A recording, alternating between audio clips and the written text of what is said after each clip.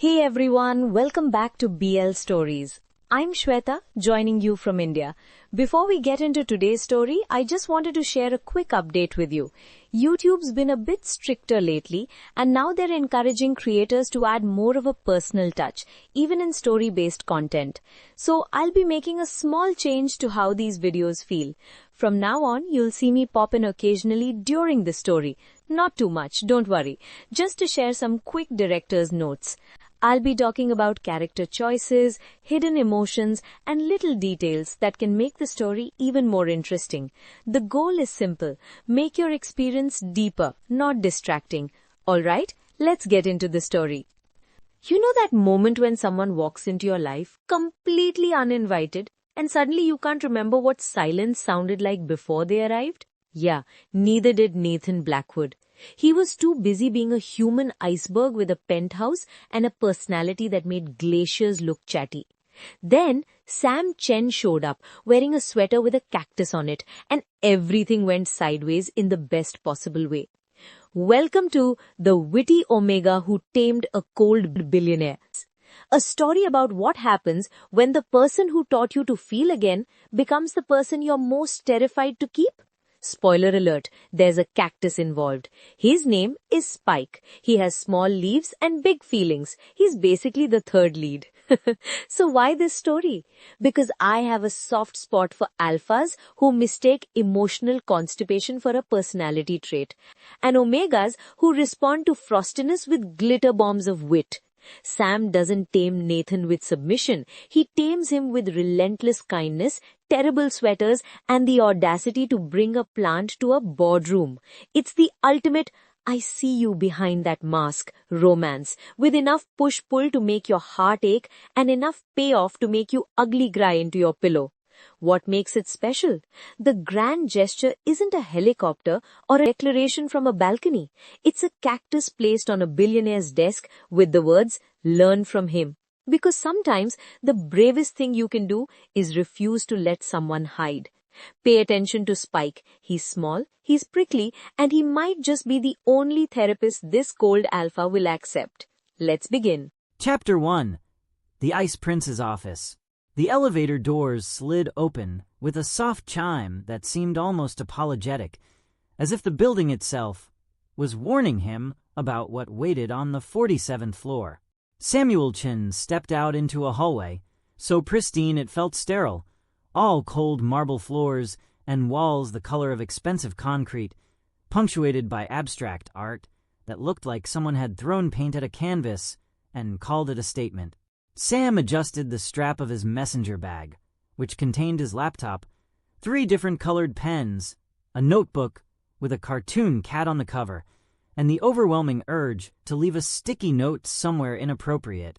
The reception desk was empty, which meant his contact, a woman named Patricia who had sounded exhausted in every email, was probably already in the meeting she'd warned him about. "You'll be shown to Mr. Blackwood's office directly," Patricia had said. "He'll want to go over the project parameters himself." Sam had asked, "Is that normal?"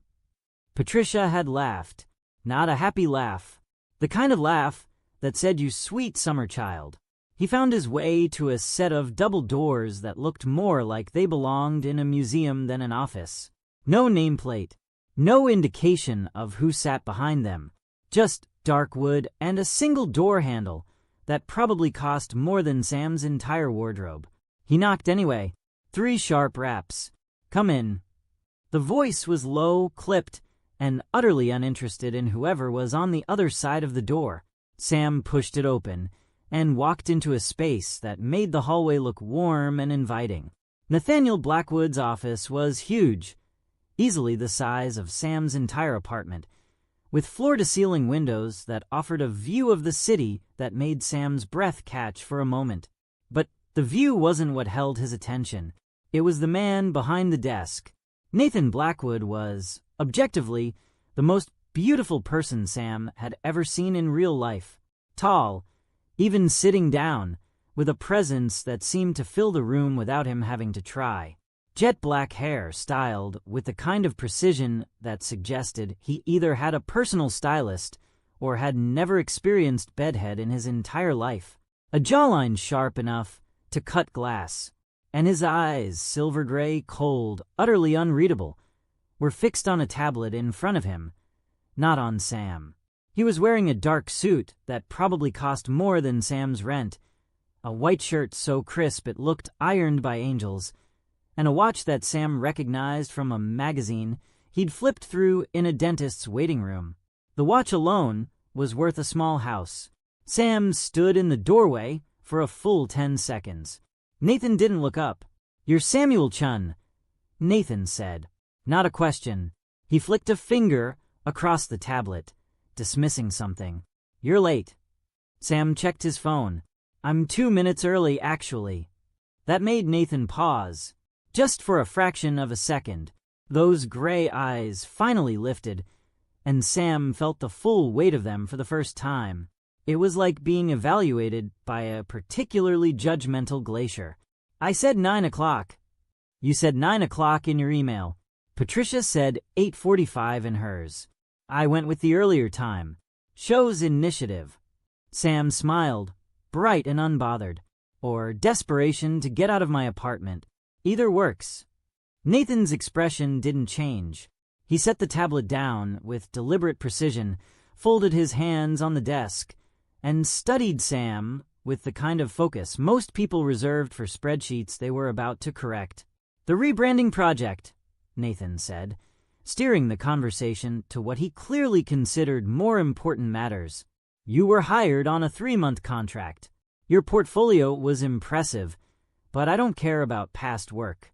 I care about what you'll do for Blackwood Industries. We're not a boutique design firm. We're a billion-dollar corporation. This isn't the place for whimsy." Sam raised an eyebrow. "Whimsy? Your portfolio had illustrations of anthropomorphic vegetables." "The broccoli was very distinguished," Sam said, completely serious. He had a briefcase. Nathan's jaw tightened, just slightly. "The point is, I expect professionalism. This is a $3 million rebrand. The smallest mistake could cost us contracts worth 10 times that. I need someone who understands the stakes." Sam walked further into the office, uninvited, and took a seat in one of the chairs across from Nathan's desk. He set his bag down, pulled out his notebook with the cartoon cat, and flipped to a fresh page. "I understand stakes," Sam said. "I also understand that Blackwood Industries has the visual identity of a bank that hates fun. Your logo is Times New Roman. Times New Roman, Mr. Blackwood. In this century, for a real estate development company that builds luxury properties, your logo is what my middle school used for its science fair flyers." Nathan's hands had stopped being folded. They were now flat on the desk, fingers spread slightly, as if he was physically restraining himself from doing something. "I'm aware the branding needs updating. That's why you're here." "Great. Then we agree." Sam clicked his pen. "Now, before we talk about the project, I should probably clarify something. I'm not going to be intimidated by you. I'm not going to tiptoe around your schedule or pretend I don't have opinions. I was hired because my portfolio was impressive, and my portfolio is impressive because I'm good at what I do. So if you want someone who's going to nod and say yes, sir, and produce something generic, you should fire me now and find someone else." The silence that followed was the kind of silence that made people uncomfortable. Sam found it refreshing. Most people, he'd learned, were terrified of silence. They rushed to fill it with apologies, explanations, anything to make the quiet go away. Sam had grown up in foster homes where silence was a weapon. He'd learned early that the best defense was to refuse to be afraid of it. Nathan stared at him for a long, long moment. Then something flickered in those gray eyes. Not warmth. Sam wasn't delusional, but something that might have been the faintest hint of interest. "You're very direct," Nathan said. "I'm efficient. There's a difference." Sam smiled again. "Direct is, I don't like your logo. Efficient is, I don't like your logo. Here's why, and here's how I'll fix it. I aim for efficient." Nathan leaned back in his chair. The first movement he'd made that wasn't rigidly controlled. He studied Sam with new eyes, and Sam led him. He knew what Nathan saw. A shorter Omega, with messy black hair that refused to be tamed, honey brown eyes that gave away everything he was feeling, and a bright orange sweater with tiny embroidered leaves along the collar. He looked nothing like anyone else in this building, and he knew it. "You're not what I expected," Nathan said finally. "I get that a lot, usually from people who expected someone smaller, quieter, or more willing to pretend you're not just a person in a fancy suit." Sam tapped his pen against the notebook. "Can we start now? I'd like to actually earn the money you're paying me." Something almost imperceptible happened to Nathan's face. The corner of his mouth, just the corner, just for a second, twitched. It wasn't a smile, but it was close. "Fine," Nathan said, and there was something different in his voice now, a note that hadn't been there before. "Show me what you've got."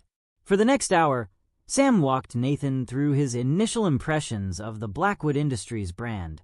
He was honest, brutally so, but he balanced every critique with a possible solution.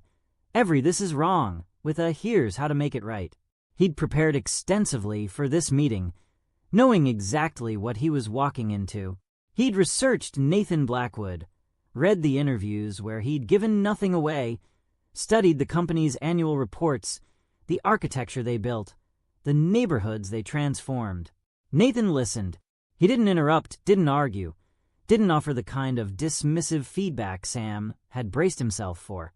He just listened, his expression unreadable, his fingers steepled in front of him.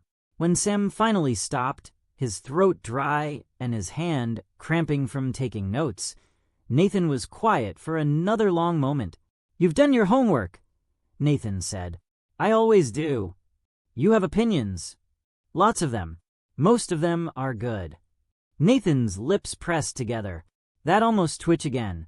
"Your notes on the residential division's visual language. You suggested we lean into warmth, approachability." "Why?" Sam set his pen down. "Because right now, Blackwood builds beautiful homes that look like nobody's allowed to live in them. Your marketing makes people feel like they're applying for a mortgage they can't afford. But if you look at what you actually build, the materials, the layouts, the neighborhoods, it's not cold. It's just marketed cold. You're selling luxury, but you're not selling home. People buy homes. They're just willing to pay luxury prices for them." Nathan's eyes narrowed slightly. "That's an interesting perspective." "It's the right perspective, but I'm biased." Sam shrugged. "I grew up in foster care. 6 homes in 12 years. I know what it feels like to live somewhere that's not yours. Your buildings shouldn't feel like that." The silence that followed was different from the others. Softer, somehow. Nathan's expression hadn't changed. It was still that same cool mask. But Sam could have sworn something shifted in the air between them. A crack, maybe. The smallest possible fissure in something that had been frozen for a very long time. Nathan cleared his throat. "Your first day is Wednesday. Report to Patricia. She'll get you set up with a temporary desk. I expect weekly progress reports. In person." "I assumed as much. I don't tolerate excuses. I don't make them." Nathan's eyes met his, and for a moment, just a moment, Sam thought he saw something human in them. Then it was gone, and Nathan was looking at his tablet again. The meeting clearly over. Sam stood, gathered his things, and walked toward the door. He paused with his hand on the handle and looked back. "Oh, Mr. Blackwood?" Nathan looked up. "What?" Sam grinned. "Your assistant warned me you were cold. She said not to take it personally. I just want you to know I didn't." He left before Nathan could respond, but he heard it as the door closed behind him. The faintest sound, almost a huff of air, almost a laugh. Sam walked to the elevator with a spring in his step and a thought forming in his mind.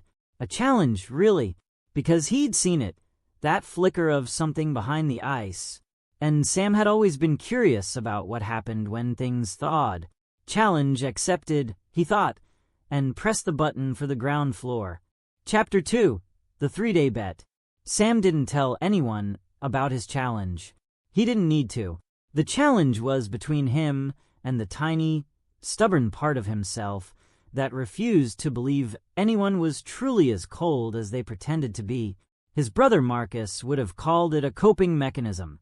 His best friend Lily would have called it a personality trait. Sam called it Tuesday.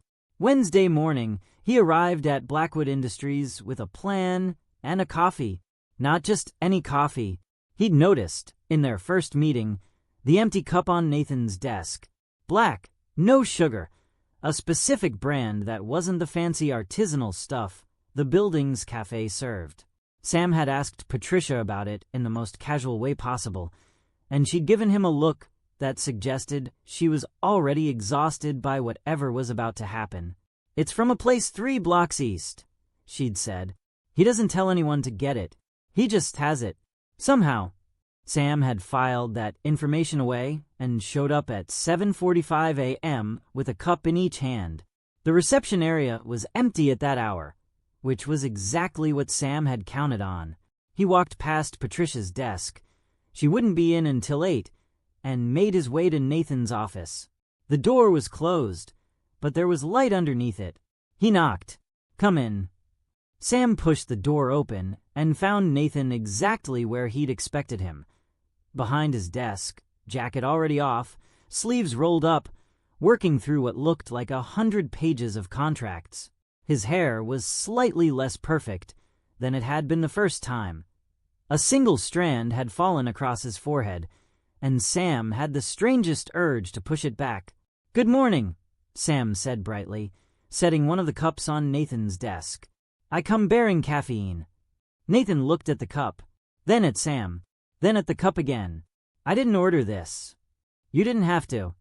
Sam took a sip from his own cup, a latte with oat milk and a sprinkle of cinnamon, which was absolutely not what the building's cafe served. "I'm proactive, not psychic. But if I were psychic, I'd know that you get your coffee from a place 3 blocks east, black, no sugar, and you have it delivered every morning at 8. But it's only 7:45, so I figured I'd save you the wait." Nathan's hand had frozen over the contract he'd been marking. His eyes were fixed on the cup like it might explode. "You went to Joe's Coffee." "I walked to Joe's Coffee. It's a nice morning. Good for the soul." "I don't have a soul. I have a quarterly earnings report." Sam laughed, a real laugh, surprised out of him, and Nathan's eyes snapped to his face. That flicker again. Interest, maybe. Or confusion. Possibly both. "Why are you doing this?" Nathan asked, and there was something in his voice that hadn't been there before. A wariness. Yes, but also something else. Something that sounded almost like hurt, though Sam couldn't imagine why bringing someone coffee would hurt them. "Because I wanted coffee, and it seemed wasteful not to get you one since I was there." Sam took another sip of his latte. "It's not a grand gesture. It's coffee. You're allowed to drink it." Nathan stared at him for another long moment, then picked up the cup.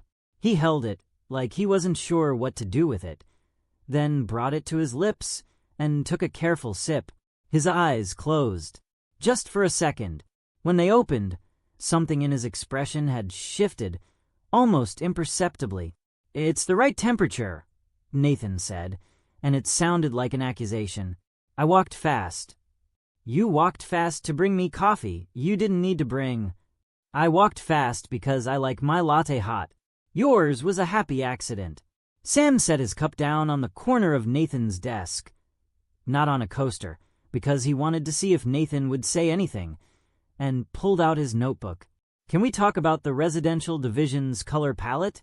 I had thoughts at 3 a.m., and they're either brilliant or terrible. I need someone with taste to weigh in." Nathan's gaze lingered on the cup, then moved to Sam's face. "And you think I have taste?" "I think you built a company that designs multi-million-dollar homes. If you didn't have taste, you'd be out of business."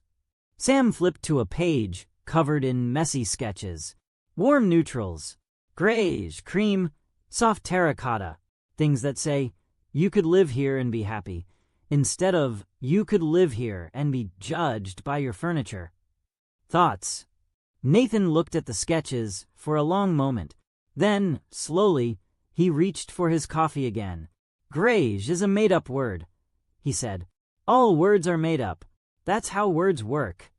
You're impossible. I'm creative. There's a difference." Something happened then. Nathan's mouth, the corner of it, the same one that had twitched before, curved upward. Not a smile, not quite, but it was the closest thing to one Sam had seen on his face. "I'll consider the graige," Nathan said, and Sam filed that away as a win. The second day, Sam brought a small cactus to his temporary desk. It was a tiny thing, no bigger than his thumb, in a pot that looked like a grumpy face. He'd found it at a street market on his way to work and had bought it on impulse because the scowl on the pot reminded him of someone. He set it next to his laptop and went back to work on the rebranding mock-ups, losing himself in color palettes and typography for hours. It wasn't until the afternoon that he realized someone was standing behind him. "Ms. Sterling needs the—" Nathan's voice cut off mid-sentence. Sam turned to find the CEO of Blackwood Industries staring at his cactus with an expression that could only be described as bewildered. "Is that a plant?"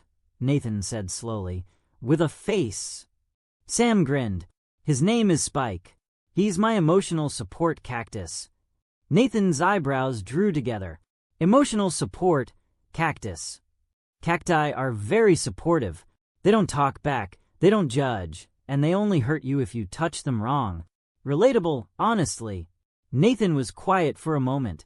Then, very quietly, he said, "You're strange." "Thank you." It wasn't a compliment. Most of the best things aren't. Something flickered across Nathan's face. That almost smile again, but stronger this time. His lips pressed together like he was physically holding something back. "The Sterling report," he said finally, and his voice had gone gruff.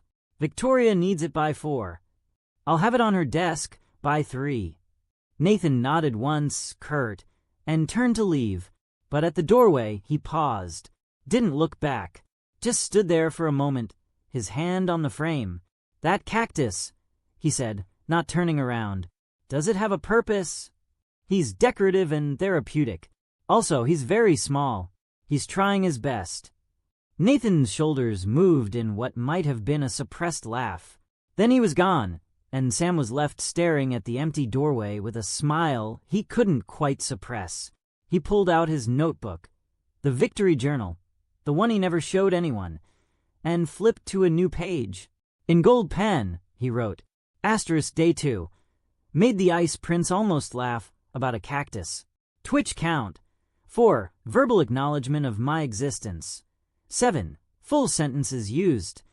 3. Progress. *. He looked at Spike, sitting smugly in his grumpy pot. "One more day," Sem told the cactus. "One more day and I win." Day 3 dawned gray and cold, the kind of morning that made Sam want to burrow under his blankets and never emerge. But he'd made a bet with himself, and Sam Chen had never lost a bet he'd made with himself. He dressed carefully that morning, not in his usual colorful sweaters, though he did grab one. A soft cream thing with a tiny embroidered cactus on the chest that he'd bought specifically for this purpose. He'd saved it, waiting for the right moment. This was it. When he walked into the office, Patricia was at her desk. She looked up at his sweater, looked at his face, and put her head in her hands. "You're going to get us both fired," she said. "Impossible. I'm too charming. You're something." Sam grinned and made his way to the conference room where the weekly marketing meeting was being held. Nathan was already there, standing at the head of the table, reviewing something on his tablet. A dozen other executives sat around the table, all of them radiating the particular tension that came from being in a room with their boss. Sam slid into a seat near the middle, set down his notebook, and waited. The meeting proceeded normally, or as normally as anything could when the room smelled like expensive cologne anxiety and the faint cold whiskey scent that Sam had come to associate with Nathan. He took notes, offered input when asked, and waited for the perfect moment. It came during a discussion about the company's new sustainability initiative. One of the VPs was droning on about green building certifications, his voice flat and monotone, and Sam could see everyone's eyes glazing over. And of course, the LEED certification process requires significant documentation, which we've outsourced to... "Sorry to interrupt," Sam said, raising his hand slightly, "but I had a thought about the marketing materials for this." Every head in the room turned to him. Nathan's gaze was sharp, assessing. "Yes," Nathan said. Sam stood up, walking to the whiteboard that was set up in the corner. He picked up a marker and drew a quick, stylized cactus. "Right now, the sustainability narrative is about compliance. It's about what you have to do, but that's not the story. The story is that you're building homes that last, homes that don't need to be replaced, homes that grow with the people who live in them." He tapped the cactus drawing. "This is Spike. He's a cactus. Cacti don't need much. They're efficient. They're resilient. They thrive in conditions that would kill other plants. But they're also beautiful. They're worth caring for. That's what you're selling. Efficiency that doesn't sacrifice beauty." He turned back to the room. The VPs were staring at him like he'd grown a second head. But Nathan's face had gone completely still, not cold. Still, like something inside him was processing, rearranging, trying to make sense of what he was seeing. "You used a cactus," Nathan said slowly, "to explain sustainable real estate development." "I used a cactus to explain narrative. The cactus is just a delivery system." Sam shrugged. "Also, I like him. He's small. He's trying his best." Nathan's jaw tightened. His hands were flat on the table, fingers spread. For a moment, Sam thought he'd pushed too far, that the wall was coming back up, that he'd lost whatever ground he'd gained. Then Nathan's mouth did something extraordinary. It smiled. Not the almost smile from before, not the twitch. A real, genuine smile, pulling at the corners of his mouth, reaching his eyes, transforming his entire face from something carved from ice into something alive. It was fleeting, barely 3 seconds, and the moment it happened, Nathan looked horrified. He caught himself immediately, the smile vanishing like it had never been there. But Sam had seen it. Sam had heard it, a low, surprised sound that was half laugh, half exhale, something that had escaped before Nathan could stop it. Sam's heart did something complicated in his chest. "Interesting approach," Nathan said, and his voice was rougher than before, strained. "We'll discuss it further." Meeting adjourned. He was out of the room before anyone could respond, his strides too fast, his shoulders too rigid. The executives filed out slowly, murmuring to each other, shooting Sam looks that ranged from confused to impressed to terrified. Sam stayed behind for a moment, staring at the door Nathan had disappeared through. He pulled out his victory journal and uncapped the gold pen. Day 3. Made the Ice Prince laugh. Actually laugh. He looked like he wanted to crawl out of his own skin afterward, but he laughed. "I heard it. I'm keeping it."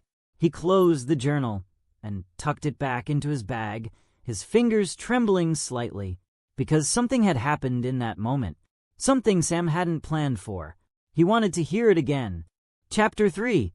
Cracks in the Ice. By the end of the first week, Sam had become something of a legend among the administrative staff. He'd brought Nathan coffee every morning without being asked. He'd made the CEO laugh in a meeting, something multiple employees claimed had never happened in the history of the company.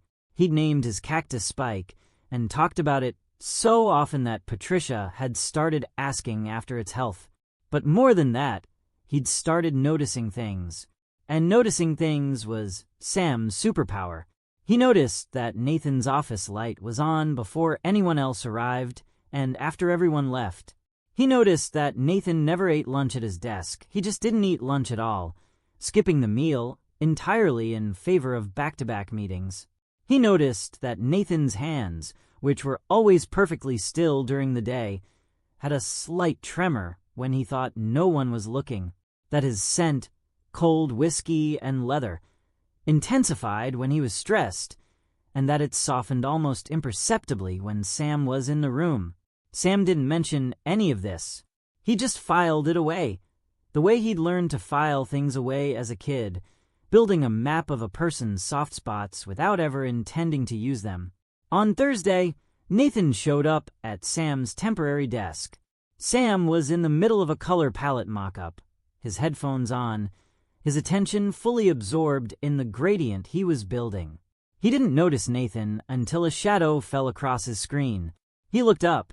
Nathan was standing there, tablet in hand, looking at Sam's monitor with an expression that was carefully, deliberately neutral. "You're using purple," Nathan said. Sam pulled off his headphones. "It's mauve, actually. Purple's more saturated. Mauve is sophisticated. It says, I have a 401k and I use it." Nathan's eyebrow twitched. "And why are we using mauve?"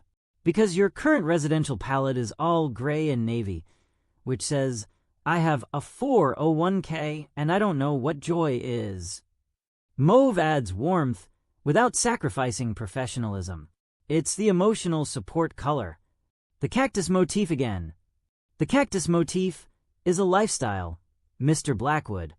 Nathan's lips pressed together. That almost smile. Sam was getting good at spotting it.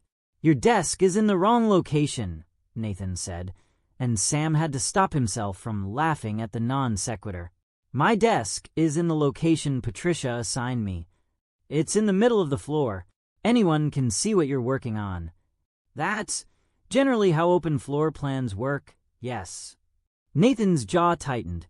"You need privacy for the confidential aspects of the rebrand. I've been doing confidential work in open offices for years. I've developed a system. A system. I hunch over my screen a lot and glare at anyone who comes near. Very effective." Nathan stared at him for a moment. Then, without another word, he turned and walked toward a door Sam hadn't noticed before, a small office adjacent to Nathan's own, tucked away in the corner of the floor. "This space isn't used," Nathan said, pushing the door open. "You'll move your things in here." Sam followed him, peering into the room. It was small by Blackwood Industries standards, which meant it was still twice the size of Sam's bedroom, with a window that looked out at the city, a proper desk, and a door that closed. "This is a corner office," Sam said slowly. "Corner offices are for executives. It's unused. It's unused because it's probably meant for a VP or something. It's unused because no one has been assigned to it. You're being assigned to it now." Nathan's voice had gone clipped, professional, like he was discussing quarterly projections. "It's a practical decision. You need space to work. The open floor plan is disruptive." Sam crossed his arms, leaning against the doorframe. "And it has nothing to do with the fact that my desk was next to Victoria's, and she keeps trying to talk to me about your college years." Nathan's expression didn't change, but his scent did. A flicker of something. Embarrassment? Warmth cut through the cold whiskey. "Victoria exaggerates. She said you wrote poetry." "She lies. She said you kept a pet turtle named Sir Reginald." Nathan turned away, walking back toward Sam's temporary desk. "I'm having your things moved. Work from here starting tomorrow." He was halfway to the main office when Sam called after him. "Was the turtle real?" Nathan didn't answer, but his shoulders did that thing again, that suppressed laugh thing, and Sam counted it as another win. Victoria Sterling found Sam in his new office at 2 p.m., leaning back in his chair with Spike the cactus on the windowsill and a sketch spread across his desk. "New digs," she said, settling into the chair across from him with the ease of someone who'd been in this building longer than Sam had been alive. "Nathan doesn't give people offices. Nathan doesn't give people anything. What did you do to him? I made him laugh, Sam said. He didn't like it. Victoria's eyebrows rose. He laughed. Nathan Blackwood? I've known that man for 15 years. I've seen him smile exactly 7 times, and 3 of those were when he was pretending to be polite to clients. That's actually really sad. It's really sad, Victoria agreed. He wasn't always like this, you know. When I met him, he was 24, fresh out of business school, and he had this fire. He was going to change everything, build homes that actually meant something. He had plans, ideas, passion. She smiled, but it was a sad smile. Then his father got into his head, and then Derek happened, and somewhere along the way, he decided it was safer to feel nothing than to feel too much. Sam set his pen down. Derek, the ex-fiancé, the one who left. Victoria's expression hardened. Charming man, wealthy family. He saw Nathan as a stepping stone, got what he wanted, dropped him, moved on to someone with more connections. Nathan hasn't dated since. That was 7 years ago. Sam thought about the tremor in Nathan's hands, the way he'd looked after he laughed, horrified, like he'd revealed something he couldn't take back. The walls. Always the walls. That's a long time to be alone, Sam said quietly. He's not alone. He has me. Victoria paused. But I'm not what he needs. Not anymore. She looked at Sam with an expression that was too knowing, too sharp. Sam had the sudden, uncomfortable feeling that he was being evaluated. What? He asked. You. Victoria stood, smoothing down her blazer. You're what he needs, whether you know it yet or not. She was gone before Sam could respond, leaving him staring at the empty doorway with his heart beating too fast and his thoughts spinning in circles. He looked at Spike. Spike looked back, his painted-on scowl unchanged. Not helpful, Sam told the cactus. That afternoon, Sam worked late. The rebranding mock-ups were taking shape faster than he'd expected. The mauve was working, the new logo concepts were strong, and he'd found a typography that made the whole thing feel modern without sacrificing the gravitas Blackwood Industries needed. He was so absorbed that he didn't notice the time until his phone buzzed with a text from Lily. You're still at work? It's 8 p.m. What is wrong with you? Sam checked the clock and swore. The last train was in 20 minutes. He'd never make it. He was packing up his things when he heard footsteps in the hallway. Heavy, deliberate, the kind of footsteps that belonged to someone who was used to being heard. Nathan appeared in his doorway. You're still here, Nathan said. It wasn't a question. So are you.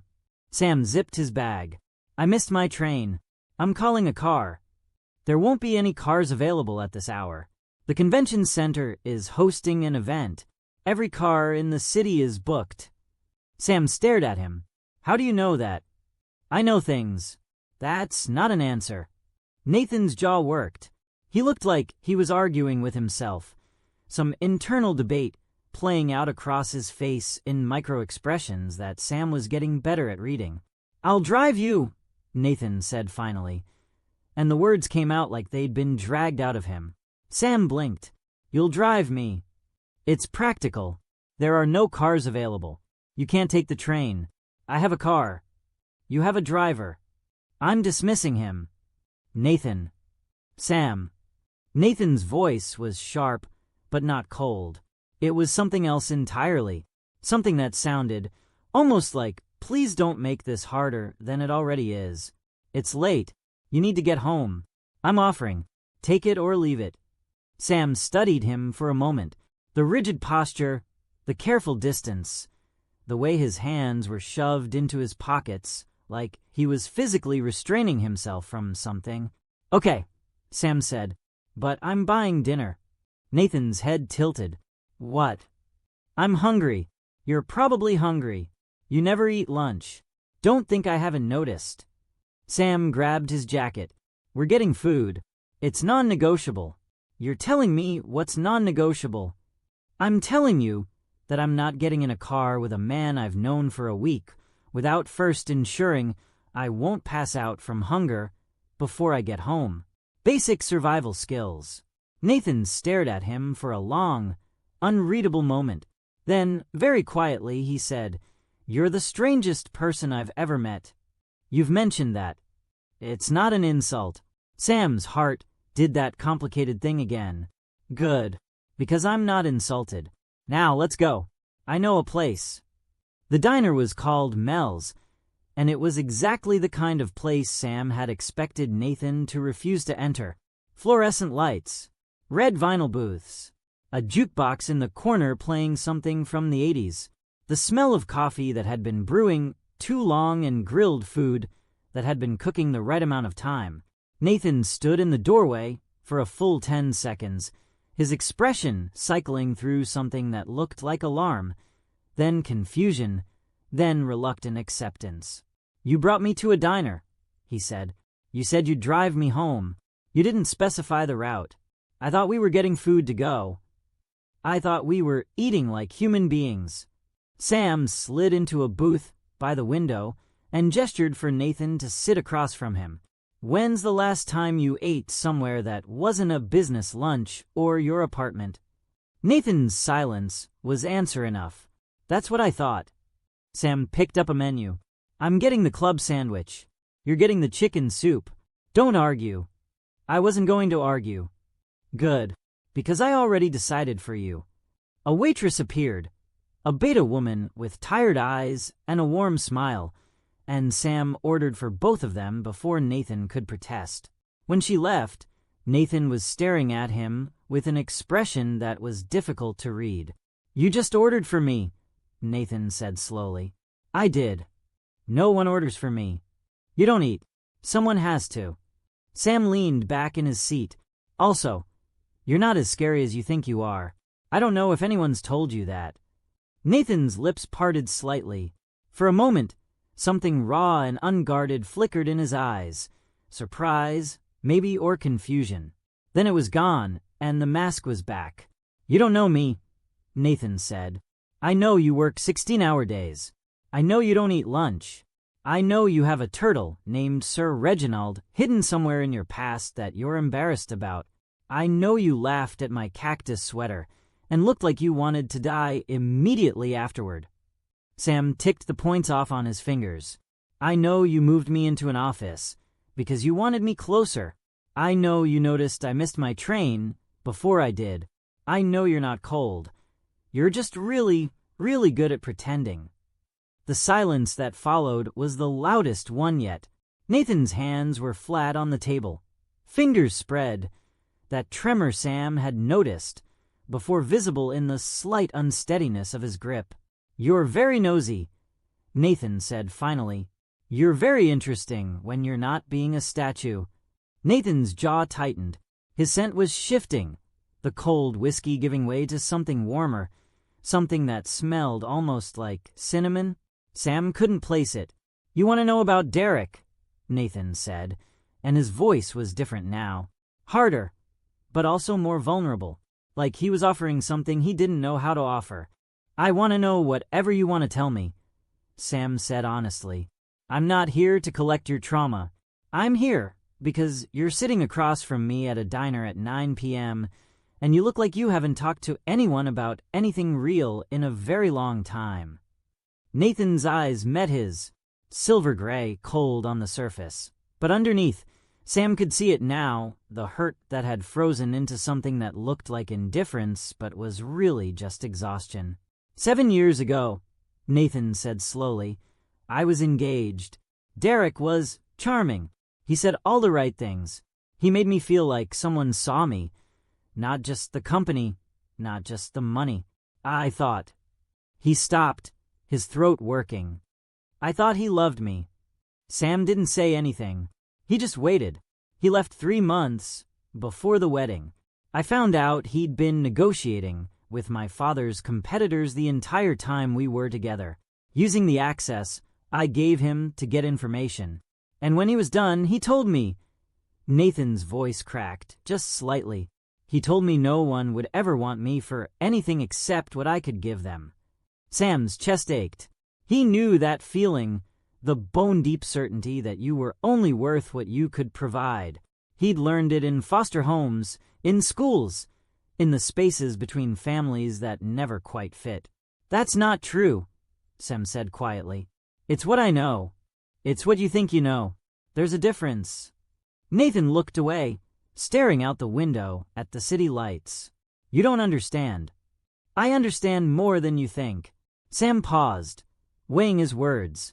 "I grew up in foster care. 6 homes in 12 years. I learned pretty early that people don't keep you because they want you. They keep you because they need the check, or because they feel obligated, or because they think they can fix you. I spent a lot of years believing I wasn't worth keeping for myself."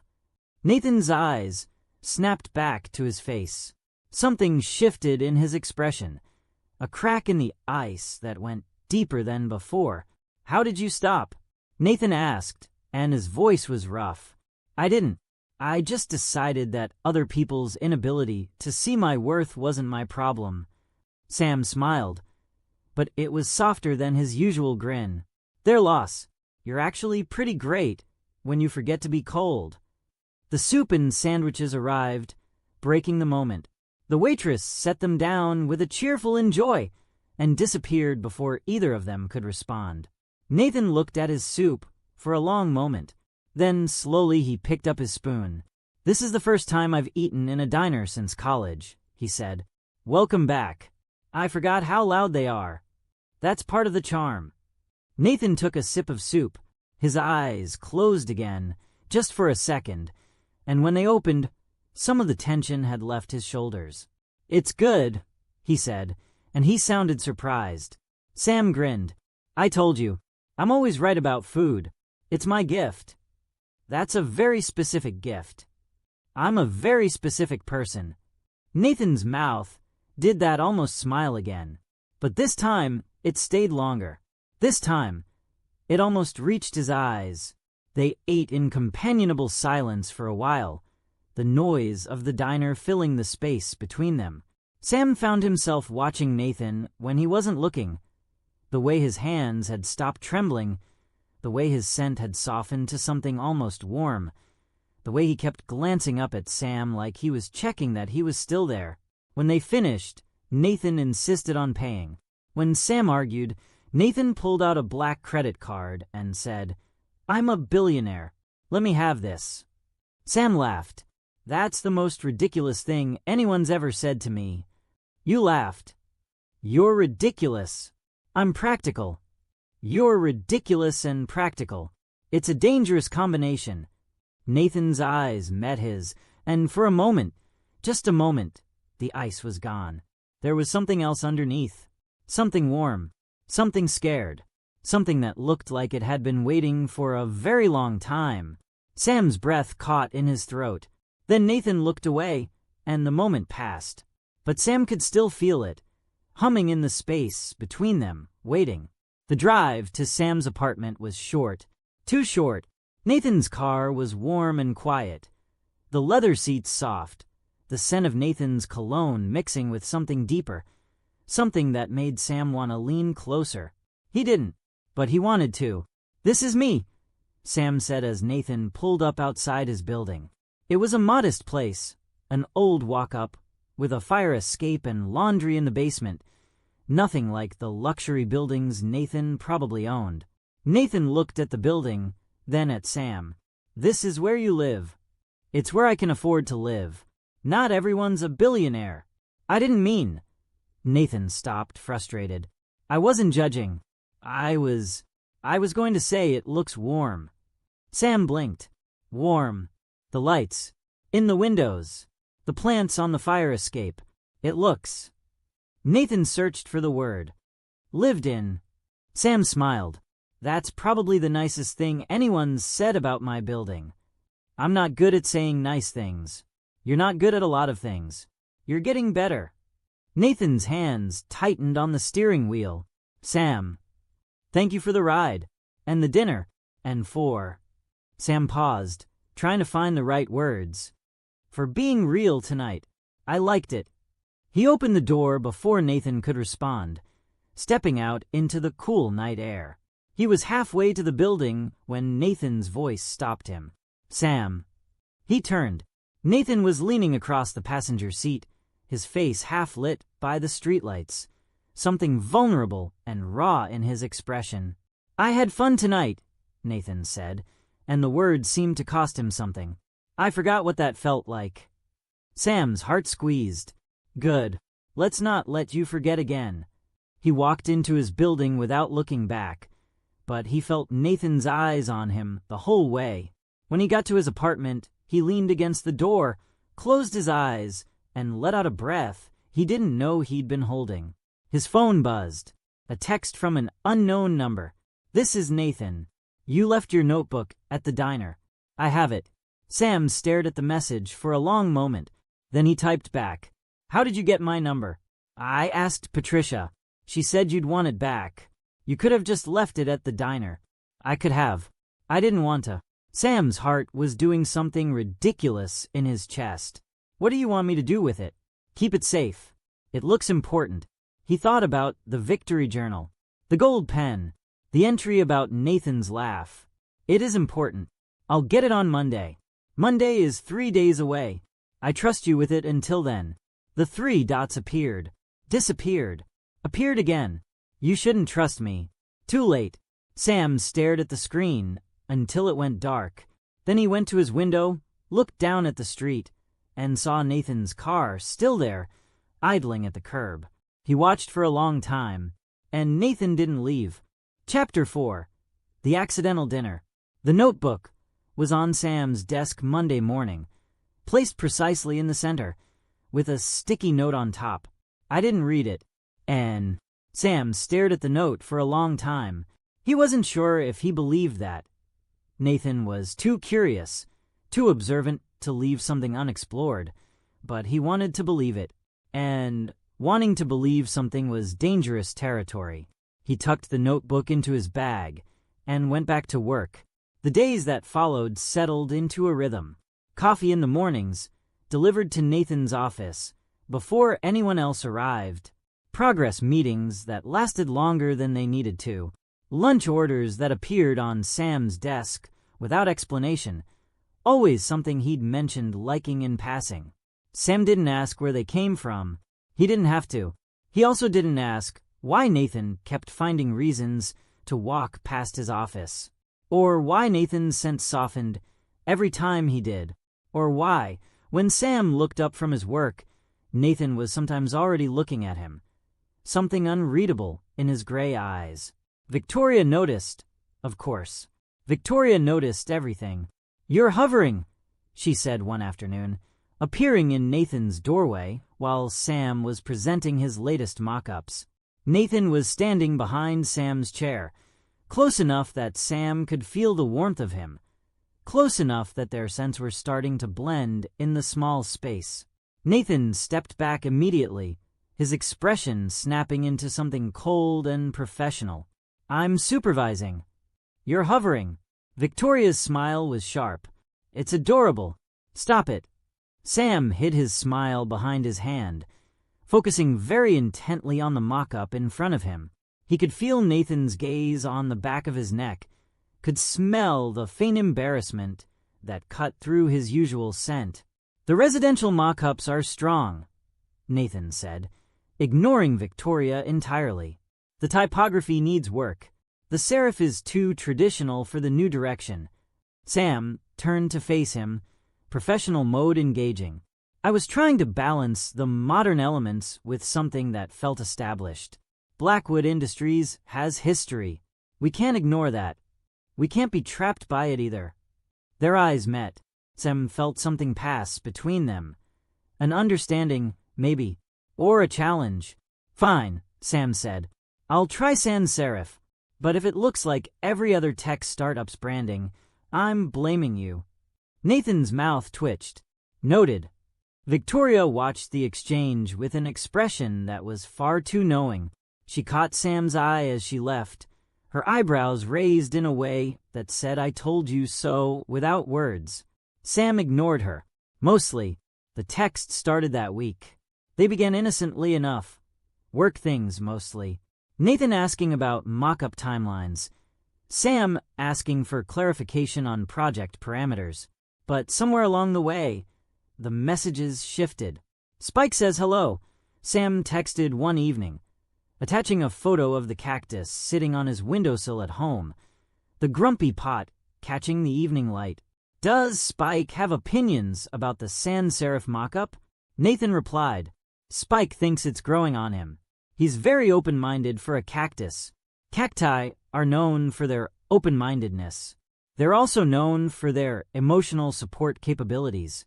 He's very proud of his work. What work? Existing. Being small. Trying his best. It's more than most people do. There was a pause. Then, you're strange. You keep saying that like it's an insult. It's not. I'm still figuring out what it is. Sam stared at that message for a long time. Then he typed, figure it out and let me know. I'm curious. He didn't get a response that night. But the next morning, there was coffee on his desk, and a small cactus in a grumpy pot, identical to Spike, sitting next to it. A note was tucked underneath, for your desk, so you're not alone. And Sam picked up the cactus, turning it over in his hands. The pot had a different expression than Spike's. This one looked more thoughtful, less angry. He set it carefully next to his laptop and took a picture. Then he texted Nathan. What's his name? I thought you'd name him. You found him. You name him. Another pause. Then, Reginald. Sam laughed out loud, startling Patricia at her desk. Sir Reginald II? Just Reginald. He doesn't have a title yet. He'll earn it. I believe in him. The rest of the day passed in a haze of work and the occasional text. Reginald sitting on Sam's desk like a tiny, spiky promise of something Sam wasn't ready to name. By Friday, Sam had finished the first round of mock-ups and was waiting for feedback when his phone buzzed. Can you stay late tonight? He stared at the message. It was almost 7. Everyone else had already left. Why? I want to show you something. It won't take long. Sam's heart did something complicated. He typed back. Okay. He spent the next hour finishing up his notes, trying not to think about what Nathan wanted to show him, trying not to imagine the two of them alone in the empty office building. He failed at all of it. At 8, Nathan appeared in his doorway. He'd taken off his jacket, rolled up his sleeves, undone the top button of his shirt. He looked less like a CEO and more like a person, and Sam's breath caught at the sight of him. Ready? Nathan asked. Sam grabbed his jacket and followed him out of the office. They walked in silence to the elevator, then down to the parking garage, where Nathan's car was waiting. Where are we going? Sam asked as Nathan pulled out of the garage. There's a building I want you to see. One of our new developments. A building. You're taking me to see a building. It's not just a building. Sam raised an eyebrow. Then what is it? Nathan didn't answer. He drove through the city, past the downtown high-rises, and into a neighborhood that was still in transition. Old warehouses and new construction, the bones of something being rebuilt. He pulled up in front of a building that was clearly still under construction. Scaffolding covered the facade, and the windows were dark, but there was something about the shape of it that caught Sam's attention. It was elegant, curved in ways that most modern buildings weren't, with space for light and air that felt intentional rather than accidental. What is this? Sam asked, getting out of the car. It's a housing project. Affordable units mixed with market rate. Community spaces on the ground floor. A garden on the roof. Nathan was standing on the sidewalk, looking up at the building with an expression Sam hadn't seen on him before. Something almost tender. It's the first project I designed myself. Before my father took over, He trailed off. Sam looked at the building with new eyes. You designed this. The concept. The vision. It was supposed to be the start of something different. Homes that were actually for people, not just for investors. Nathan's jaw tightened. My father shelved it. Said it wasn't profitable enough. But I kept the plans. When I took over, I found them. And now you're building it. Now I'm building it. Nathan turned to face Sam, and there was something raw in his expression. This is what I wanted Blackwood to be. Not just buildings. Places people could actually live, grow, belong. Sam's chest ached. He thought about what Victoria had said. He had plans, ideas, passion, and saw it now in the way Nathan looked at this building. Not a project, a promise. It's beautiful, Sam said quietly. It's not finished. It will be. Sam stepped closer, close enough to see the flecks of color in Nathan's gray eyes, the way his lashes caught the streetlight. This is what you meant when you said you wanted to build things that mattered. Nathan nodded, not looking away. No one's seen this. Not even Victoria. I wanted you to see it. Why? Because you asked. At the diner, you asked what I wanted to build, not what the company wanted. What I wanted. Nathan's voice was rough. No one's ever asked me that before. Sam's heart was beating too fast. He could smell Nathan's scent now, warm and close. The cold whiskey giving way to something deeper. Something that smelled like home. Nathan. I don't know what this is. Nathan's voice cracked. I don't know what you're doing or why you're here. Or why you keep bringing me coffee and naming my plants and making me laugh when I haven't laughed in years. I don't know what you want from me. I don't want anything. That's not true. Everyone wants something. Sam took a breath. I want you to stop pretending you don't feel things. I want you to stop being scared of being seen. I want you to let someone in. He paused. I want you to let me in. Nathan stared at him. The mask was gone, completely gone, and underneath was something raw and terrified and desperate. I don't know how, Nathan whispered. Then let me show you. Sam stepped forward, closing the distance between them. He reached up slowly, giving Nathan time to pull away, and touched his face, his palm against Nathan's jaw, his fingers brushing the dark hair at his temple. Nathan's eyes closed. His breath shuddered out of him. You're shaking, Sam said. I'm terrified. I know. Sam's thumb traced the line of Nathan's cheekbone. I'm not leaving. I'm not Derek. I'm not your father. I'm not anyone who's going to use you and walk away. I'm just here, if you want me to be. Nathan's hands came up, hovering in the air like he wasn't sure if he was allowed to touch. Sam waited. He could wait forever, if he had to. Then Nathan's hands settled on his waist, gentle, trembling, like Sam was something precious. I want you to be, Nathan said, and his voice broke on the words. I want. Sam kissed him. It was soft at first. A question, not a demand. Nathan's lips were warm, softer than Sam had expected, and he tasted like coffee and something sweet that Sam couldn't name. His hands tightened on Sam's waist, pulling him closer, and the kiss deepened. Sam's back hit the side of the car. Nathan's body pressed against his, solid and warm in there, and Sam made a sound he'd never admit to making later. Nathan's scent was everywhere, whiskey and leather and something underneath that was just Nathan, stripped of all the armor. When they finally broke apart, they were both breathing hard. Nathan's forehead pressed against Sam's, his eyes still closed. I can't, Nathan started. I know. I don't know how to do this. I know. I'm going to mess it up. Probably. Sam smiled soft. But I'm not going anywhere. Nathan's eyes opened. They were bright, wet, and Sam's heart broke a little at the sight. Why? Nathan asked, and it was the smallest Sam had ever heard him. Why would you stay? Because you're worth staying for. Sam kissed him again, quick and sure. Now take me home. It's late, and Reginald needs watering.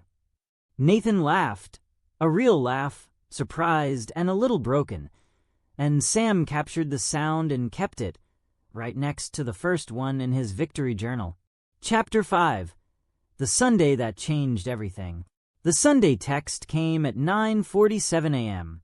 Sam was still in bed, half asleep, when his phone buzzed against the nightstand. He fumbled for it, squinting at the bright screen. Spike sent me. He wants to know if you're free. Sam smiled, awake now. Did Spike learn to text? A pause. Then, I'm helping. He has small leaves. Reginald has small leaves too. He's very proud of them. Reginald is an inspiration to cacti everywhere. What does Spike want? Spike wants to know if you'd like to get coffee. Human coffee, not the cactus kind. Though Spike is supportive of both. Sam stared at the message. His heart was doing that complicated thing again, the one that had become familiar over the past few weeks. Spike or you? Another pause. Longer this time. Both. Sam typed back before he could talk himself out of it. Give me an hour. He spent 45 minutes getting ready, which was 20 minutes longer than he'd ever spent preparing for anything. He tried on 3 different sweaters before settling on the same cream one with the cactus embroidery, because it felt right. He fixed his hair, then messed it up again. He checked his phone 7 times. When he finally left his apartment, Nathan was waiting outside, not in a car. Standing on the sidewalk, looking at Sam's building with an expression that was hard to read. He was dressed casually, which Sam had never seen before. Dark jeans, a gray sweater, his hair slightly less perfect than usual. He looked younger, softer.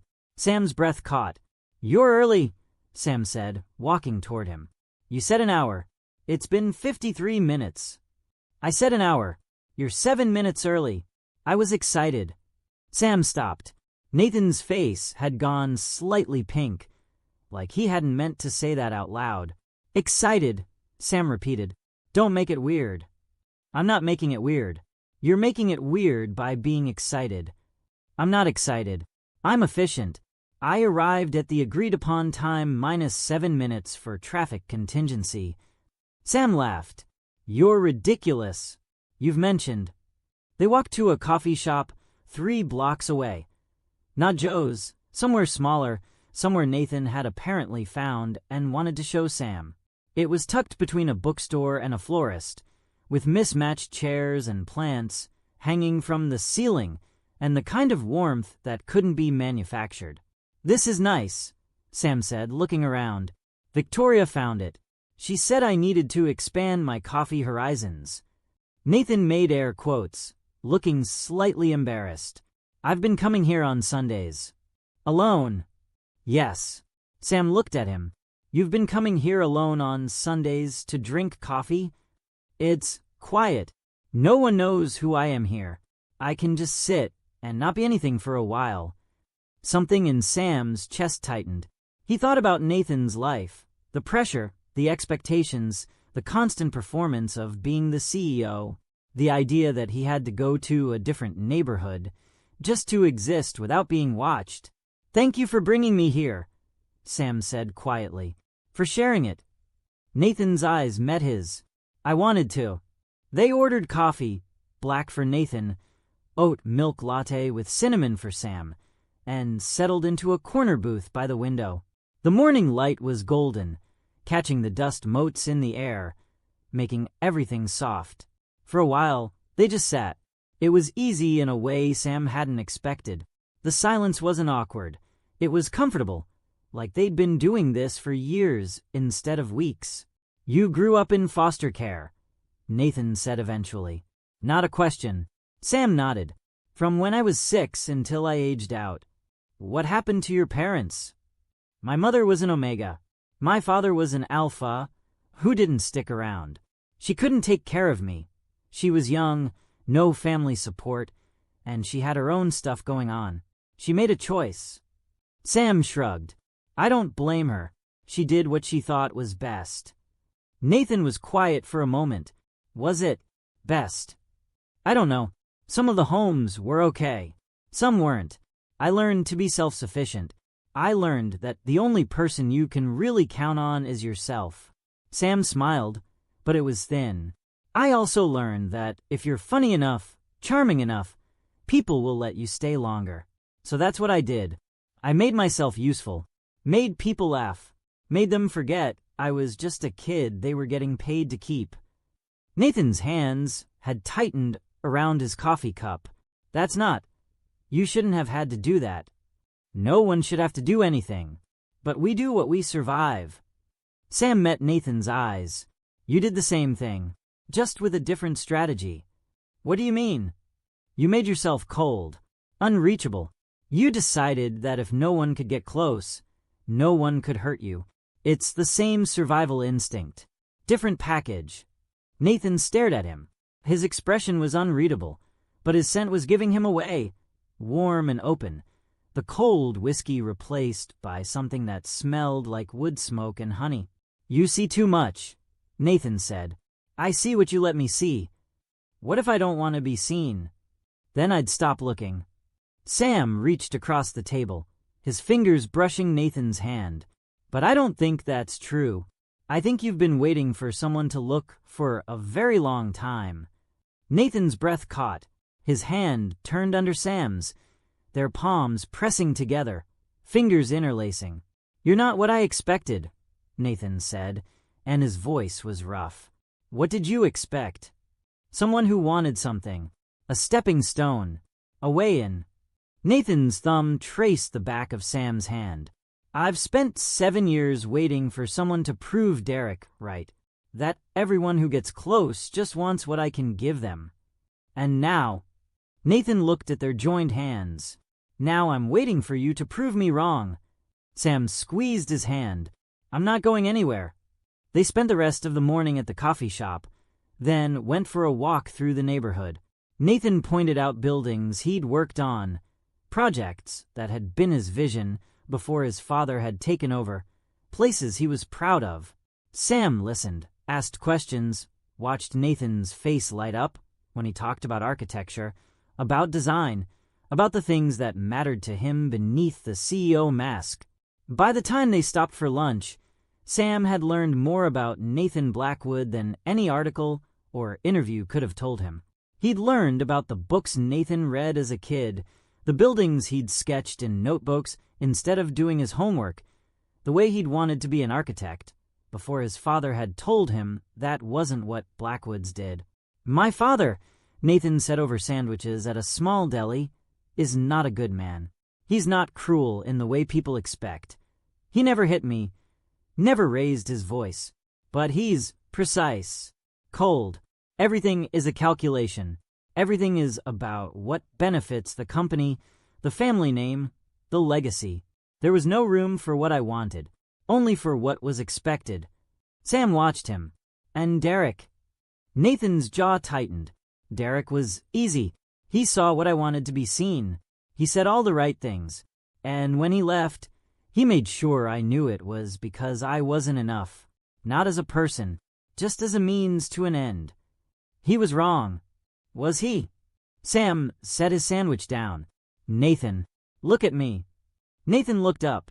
His eyes were guarded, but underneath, Sam could see the hurt that had never healed. You are not what other people made you.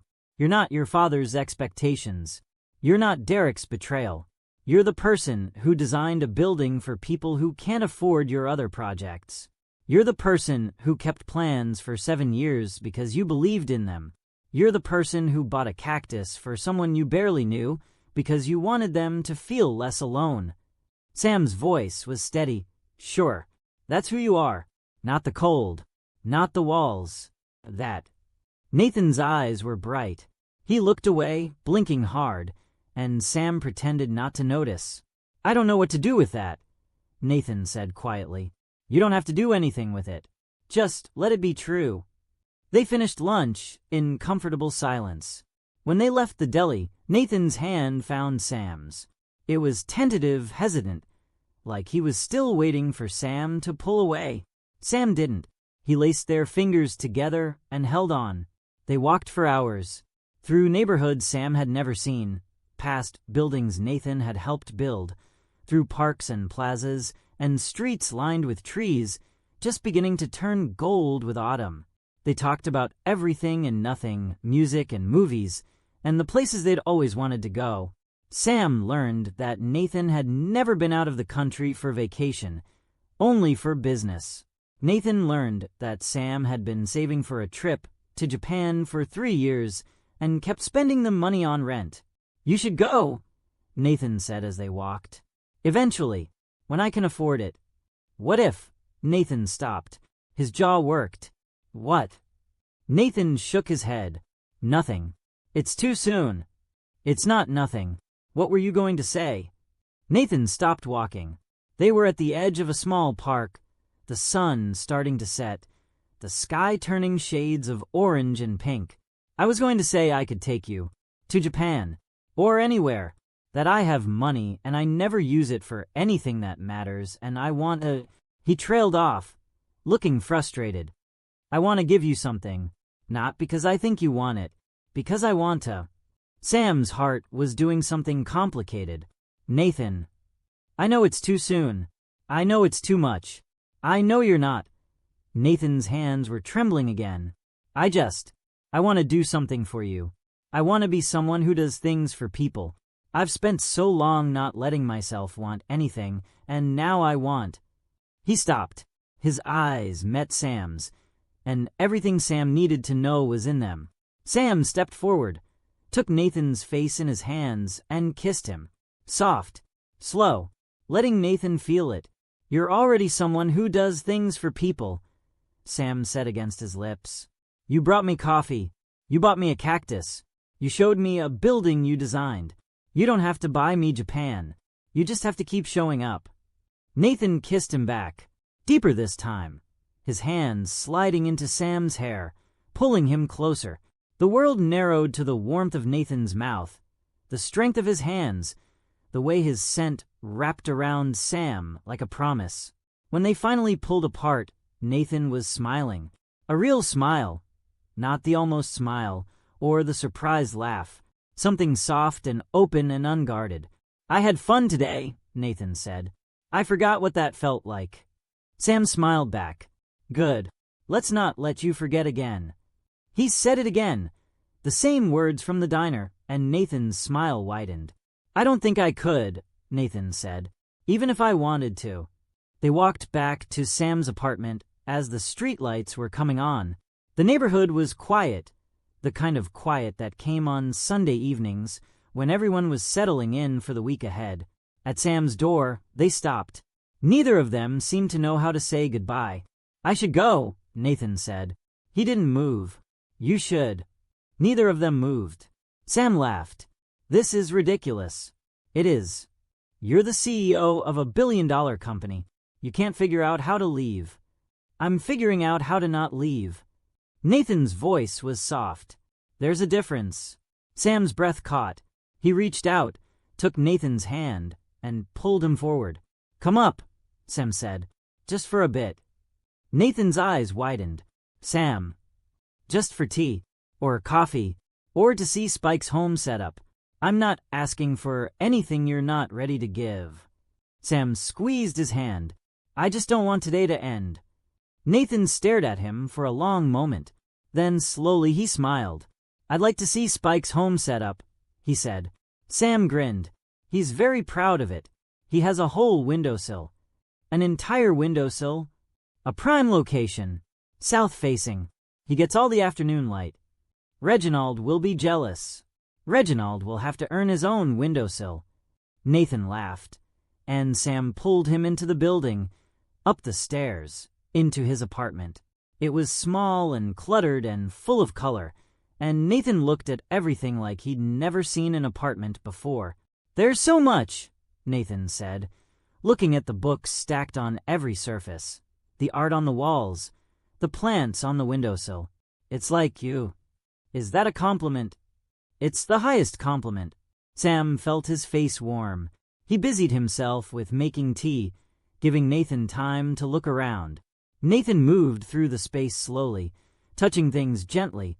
A book spine, a photograph, the leaves of a plant. He stopped in front of Sam's bookshelf, looking at the collection of notebooks stacked at one end. These are your victory journals, Nathan said. It wasn't a question. Sam's heart stopped. You looked. I didn't read them, but I recognized the notebook from the diner. There are more. Sam set the tea down. They're just reminders of good things. Good things like what? Sam crossed his arms, suddenly shy. Small wins. Making someone smile. Getting through a hard day. Things that matter. Nathan turned to face him. Is that what I am? A small win. You're not small anything. Sam's voice came out softer than he intended. You're the biggest win I've had in a long time. Nathan crossed the room in 3 steps. His hands found Sam's face, tilting it up, and his eyes were bright and fierce and terrified all at once. I don't know how to do this, Nathan said. I don't know how to be soft. I don't know how to let someone in. I don't know how to not push you away when I get scared.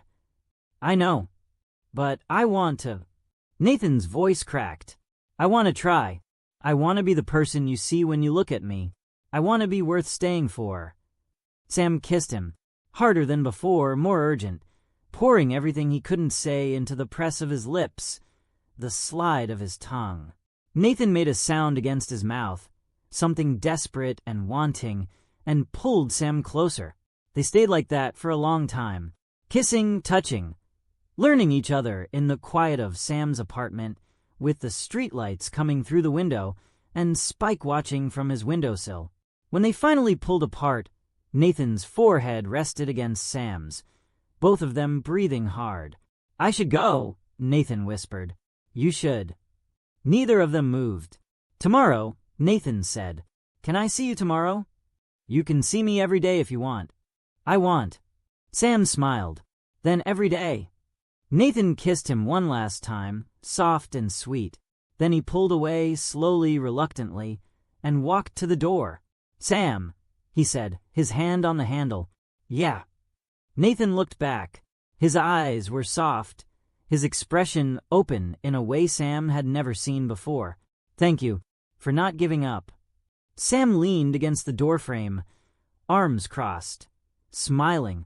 I told you, I'm not leaving. Nathan smiled, that real smile, the one that transformed his whole face, and left. Sam stood in the doorway for a long time after he was gone, his heart full and his skin still warm where Nathan had touched him. He looked at Spike, sitting smugly on his windowsill. Spike, he said, I think I'm in trouble. Spike didn't answer, but Sam could have sworn the scowl on his pot looked a little softer. Chapter 6. The Falling. The weeks that followed were the best of Sam's life. He didn't say that out loud. It was too soon, too much, too vulnerable, but it was true. Every morning, coffee. Every day, stolen moments between meetings, texts that stretched past midnight. The slow and careful dismantling of the walls Nathan had spent years building. Nathan was different now, not completely. He was still the Ice Prince in meetings, still sharp and demanding and utterly unreadable to everyone who didn't know him. But Sam knew him now. Sam saw the cracks in the armor, the moments when Nathan's expression softened, the way his scent warmed when Sam walked into a room. Sam was different too. He caught himself smiling at his phone, laughing at nothing, humming in the shower. He'd started sketching again, not for work, for himself. And the sketches were all the same.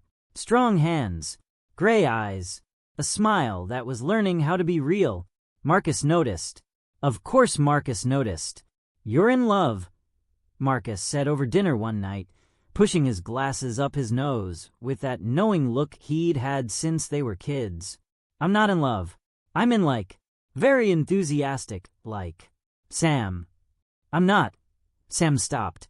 He thought about Nathan's laugh, the way he looked at Sam's apartment, like it was the most interesting place he'd ever been. The way he said I want to try, like it was the hardest thing he'd ever done. I don't know what I am. Marcus set his fork down. You've never looked at anyone like this before. You've never even come close. I know. That's not a bad thing. I know. Sam ran his hands through his hair. I'm scared. Of what?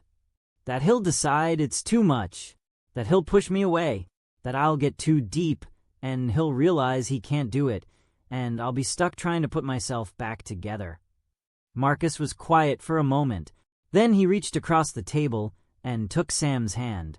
You've spent your whole life not letting yourself want things, Marcus said, because you learned that wanting meant losing. But Sam, you're not a kid in foster care anymore. You're not going to get taken away because someone changed their mind. You're allowed to want. You're allowed to stay. Sam's eyes burned. When did you get so smart? I've always been smart. You were too busy being charming to notice. Sam laughed, and the tightness in his chest loosened. Bring him to dinner, Marcus said. I want to meet the man who made my brother look like this. Look like what? Happy. Sam's breath caught. He looked down at his hands, at the sketches he'd been doodling on his napkin without realizing it. Nathan's face. Nathan's hands. Nathan's smile. Okay, Sam said. I'll bring him. The first time Nathan said, I want to try, was 3 weeks into whatever they were. They were at Sam's apartment, curled up on the couch with takeout, and a movie neither of them was watching. Nathan's arm was around Sam's shoulders, Sam's head was on Nathan's chest, and everything was quiet and warm and right. I want to try, Nathan said, and his voice was soft. Sam lifted his head. Try what? This. Us. Being something. Nathan's jaw worked. I know I'm not good at this. I know I'm going to mess it up. But I want to try. If you want that too. Sam sat up, turning to face him. Nathan. I've spent 7 years not wanting anything. Not letting myself want anything. And then you showed up with your cactus and your sweaters, and your complete refusal to be intimidated, and Nathan's voice cracked. I want you. I want this. And I'm terrified, but I want to try. Sam's heart was so full it hurt. Okay, Sam said. Nathan blinked. Okay, we'll try. We'll figure it out. Sam reached for his hand, lacing their fingers together. Together. Nathan stared at him for a moment. Then he pulled Sam into his arms, burying his face in Sam's hair, and held him like he was the most precious thing in the world. I don't know what I did to deserve you, Nathan said. You showed up, Sam said. That's all I ever wanted. Victoria cornered Sam in the hallway the next week. You're in love with him, she said, no preamble, her arms crossed and her expression sharp. Sam opened his mouth to deny it. Nothing came out. Victoria's face softened. Good. He needs someone who sees him. Not the CEO. Not the money. Him. I see him, Sam said quietly. I know. Victoria touched his arm. That's why you're the best thing that's happened to him in 15 years. Don't mess it up. I won't. I'm not worried about you. Victoria's eyes were sad. I'm worried about him. When things get hard. And he's going to run. That's what he does. He pushes people away before they can leave him. Don't let him. Sam thought about Nathan's walls, built so carefully, so high. He thought about the fear underneath, the certainty that everyone would leave. I won't, Sam said. The first time they said, I love you was in Nathan's office. It was late, after everyone else had gone home. Sam was sitting on Nathan's desk, the one where Nathan had first dismissed him with cold eyes and clipped words, going over the final mock-ups for the rebrand.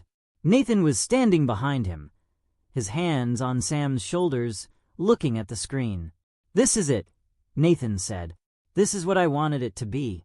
Sam looked at the screen. The new Blackwood Industries logo was clean and warm, the color palette rich without being cold, the typography modern without losing the company's history. It was everything they'd talked about, everything they'd built together. It's good, Sam said. It's more than good. Nathan's hands tightened on his shoulders. It's what I always wanted. I just didn't know how to get there alone. Sam turned to face him. Nathan was close. So close. His gray eyes soft in the dim light. You're not alone anymore, Sam said. I know. Nathan's hands moved to Sam's face, cupping his jaw. I love you. Sam's breath caught. It was the first time Nathan had said it, and the words landed in Sam's chest like a key turning a lock. I love you too, Sam said. I've loved you since the diner, since you laughed at my cactus sweater, since you forgot to be cold and became someone worth knowing. Nathan kissed him, deep and slow, like they had all the time in the world. And for that moment, they did. Chapter 7. The X returns. The gala was Victoria's idea. Annual charity event, she'd said, dropping the invitation on Sam's desk. Blackwood Industries sponsors it. Nathan has to be there. You should come too. Sam had looked at the invitation, gold lettering, heavy paper, the kind of thing that cost more than his first car. I don't have anything to wear. Get something. Nathan will pay. I'm not letting Nathan pay for my clothes. Then let me pay for your clothes.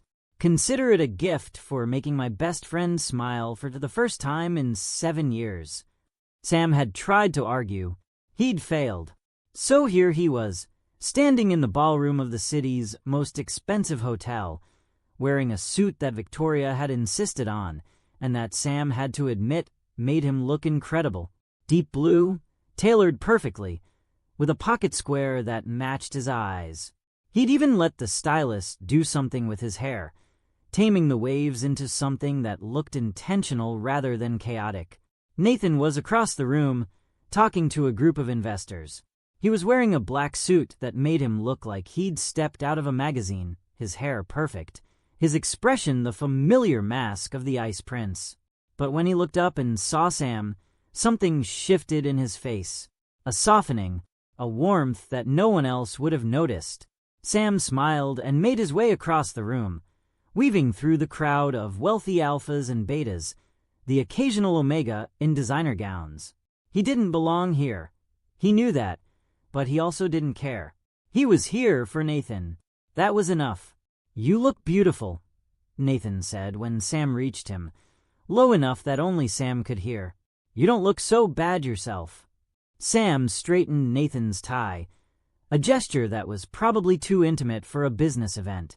How much longer do we have to stay? Too long. Nathan's hand found Sam's, squeezing briefly. Stick with me. We'll get through it together. They did. For 2 hours, Sam played the role of charming Omega boyfriend, making small talk with investors, laughing at jokes that weren't funny, standing at Nathan's side like he belonged there.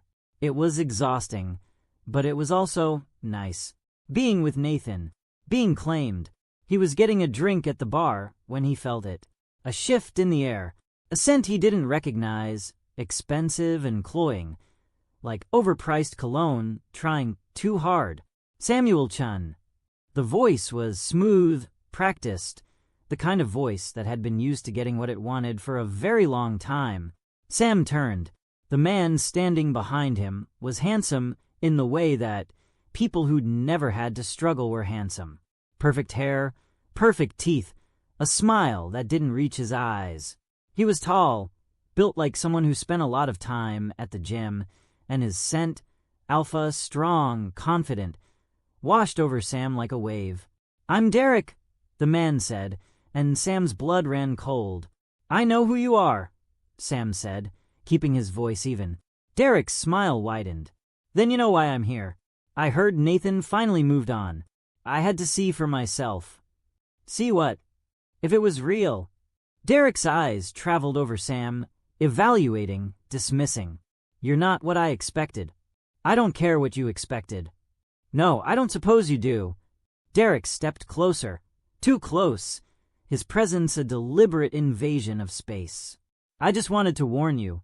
Nathan Blackwood doesn't love people. He loves the idea of people. And when he realizes you're not what he imagined, he'll drop you. Just like he dropped me. Sam's hands clenched at his sides. I know what happened between you. He told me. Did he tell you why I left? He told me enough. Derek's smile turned sharp. Did he tell you that he was impossible? That nothing was ever enough? That I spent 3 years trying to reach someone who had already decided he couldn't be reached? He laughed, and there was no humor in it. You think you're different. You think you can fix him, but you can't. No one can. And when you figure that out, you'll leave too, just like everyone else. Sam was aware of the people around them, the conversations that had paused, the eyes that were watching. He was aware of his heart beating too fast, his hands shaking, the fury building in his chest. But more than that, He was aware of the cold that had settled over the room. He turned. Nathan was standing 10 feet away, his face white, his eyes fixed on Derek. His expression was unreadable, but his scent was screaming. Cold whiskey, sharp and bitter, the walls slamming up so fast Sam could almost hear them. "Nathan," Derek said, his voice softening into something that was probably meant to be friendly. "It's good to see you." Nathan didn't respond. He looked at Derek, then at Sam, and Sam saw something die behind his eyes. "Sam," Nathan said, and his voice was empty. "We're leaving." He turned and walked toward the exit. Sam followed, throwing one last look at Derek, who was watching them with a smile that was all teeth. "Good luck," Derek called after them. "You're going to need it." The car ride back to Nathan's apartment was silent. Nathan drove too fast, his hands white-knuckled on the steering wheel, his eyes fixed on the road. Sam sat in the passenger seat, his heart pounding, his mind racing through everything that had just happened. "Nathan." "Not now." "Nathan, talk to me." "I said not now." Sam closed his mouth. He watched Nathan's profile, the rigid set of his jaw, the way his scent had gone completely cold, like all the warmth had been sucked out of him. They reached Nathan's building. Nathan parked, got out, walked to the elevator. Sam followed. The doors closed, and they stood in silence, inches apart, miles away. Nathan's apartment was everything Sam had expected. Minimalist, elegant, cold. Gray walls, expensive furniture, art that looked like it had been chosen by someone who didn't care about art. It was beautiful. It was empty. Nathan stood in the middle of the living room, his back to Sam, his hands in his pockets. "Go home, Sam," Nathan said. "No." Nathan's shoulders tensed. "I need you to go home." "I'm not leaving." Nathan turned. His face was the mask again, the Ice Prince, the cold, unreachable alpha who had first dismissed Sam in his office. But his eyes were different. They were raw, hurting. "You should," Nathan said. "He's right. About all of it." Sam stepped forward. "He's not right. He's a bitter ex who wanted to hurt you. He's not wrong." Nathan's voice cracked. "I am impossible. I don't know how to do this. I don't know how to be what you need. I'm going to mess it up. I'm going to hurt you. And you're going to leave, just like everyone else. And I can't." He stopped. His hands were shaking. His scent was bitter wrong, the cold whiskey curdling into something sour. "You're deciding that for me," Sam said quietly. "You're deciding what I need. You're deciding I'm going to leave. You're not giving me a choice." Nathan's eyes met his. "I'm giving you an out." "I don't want an out." Sam stepped closer. "I want you. I want to try. I want to figure this out together. But you have to let me." Nathan's face crumpled. For a moment, he looked young, scared, like the boy who'd been left, the man who'd been told he wasn't enough. "I don't know how," Nathan whispered. "I don't know how to let someone stay." "Then let me show you." Sam reached for him. Nathan's hands came up, but instead of pushing away, he pulled Sam into his arms, burying his face in Sam's hair, holding him like he was drowning. "I'm sorry," Nathan said. "I'm sorry. I don't know what I'm doing." "It's okay." Sam held him back, feeling the tremors running through Nathan's body. "It's okay. We're okay." They stood like that for a long time. The cold in Nathan's scent slowly warmed, the bitter edge fading, until he smelled like himself again, whiskey and leather and something underneath that was just Nathan. "I love you," Nathan said into Sam's hair. "I love you and I'm terrified." "I know." Sam pulled back, looking up at him. "But I'm not leaving. I'm not Derek. I'm not your father. I'm staying, even when it's hard, especially when it's hard." Nathan's eyes were wet. He blinked, looking away, and Sam pretended not to see. "I want to believe that," Nathan said. "Then believe it." Sam took his hand. "Start with tonight. Let me stay." Nathan looked at their joined hands, then at Sam's face. Something in his expression shifted. The walls were still there, but there were cracks now. Cracks that let the light in. "Okay," Nathan said. "Stay." Chapter 8. The goodbye that wasn't meant. Sam thought they'd made it. The week after the gala was hard. Nathan was quieter, more guarded, his walls higher than they'd been in months. But he was trying. He let Sam stay. He talked, sometimes, about what Derek had said, about the things he was afraid of. He let Sam hold him at night, let Sam's warmth seep into the cold places. Sam thought they were getting through it. He was wrong. It happened on a Friday. Sam was at his desk, working on the final presentation for the rebranding, when his phone buzzed. A text from Nathan. "Can you come to my office?" Sam went. Nathan was standing by the window, his back to the door, his hands clasped behind him. The light was gray. The city spread out below them, and Sam knew before Nathan turned around that something was wrong. "You should go home," Nathan said. His voice was flat. "Empty." Sam closed the door behind him. "What's going on?" Nathan didn't turn. "I've been thinking. About what Derek said. About what I'm doing to you. You're not doing anything to me. I'm dragging you into something you didn't sign up for. I'm not." Nathan's voice cracked. "I can't be what you need." Sam's heart dropped. "Nathan, look at me." Nathan turned. His face was the mask again. The Ice Prince, the cold alpha, the man who had first dismissed Sam in this very office. But his eyes were wrong. They were wet, broken. "I can't do this," Nathan said. "I can't be what you need. I can't be the person who makes you happy. I'm going to mess it up. I'm going to hurt you. And I can't." He stopped, his jaw working. "I can't watch you leave. So I need you to go now, before it gets worse." Sam stared at him. He felt like the floor was falling out from under him. "You're ending this," Sam said. "It wasn't a question. I'm ending this because you're scared. I'm ending this because it's the right thing to do." "No." Sam stepped forward. "You're ending this because you're scared. Because Derek got in your head. Because you've decided, again, that it's safer to be alone than to risk being hurt." Nathan's hands clenched at his sides. "You don't understand." "I understand perfectly."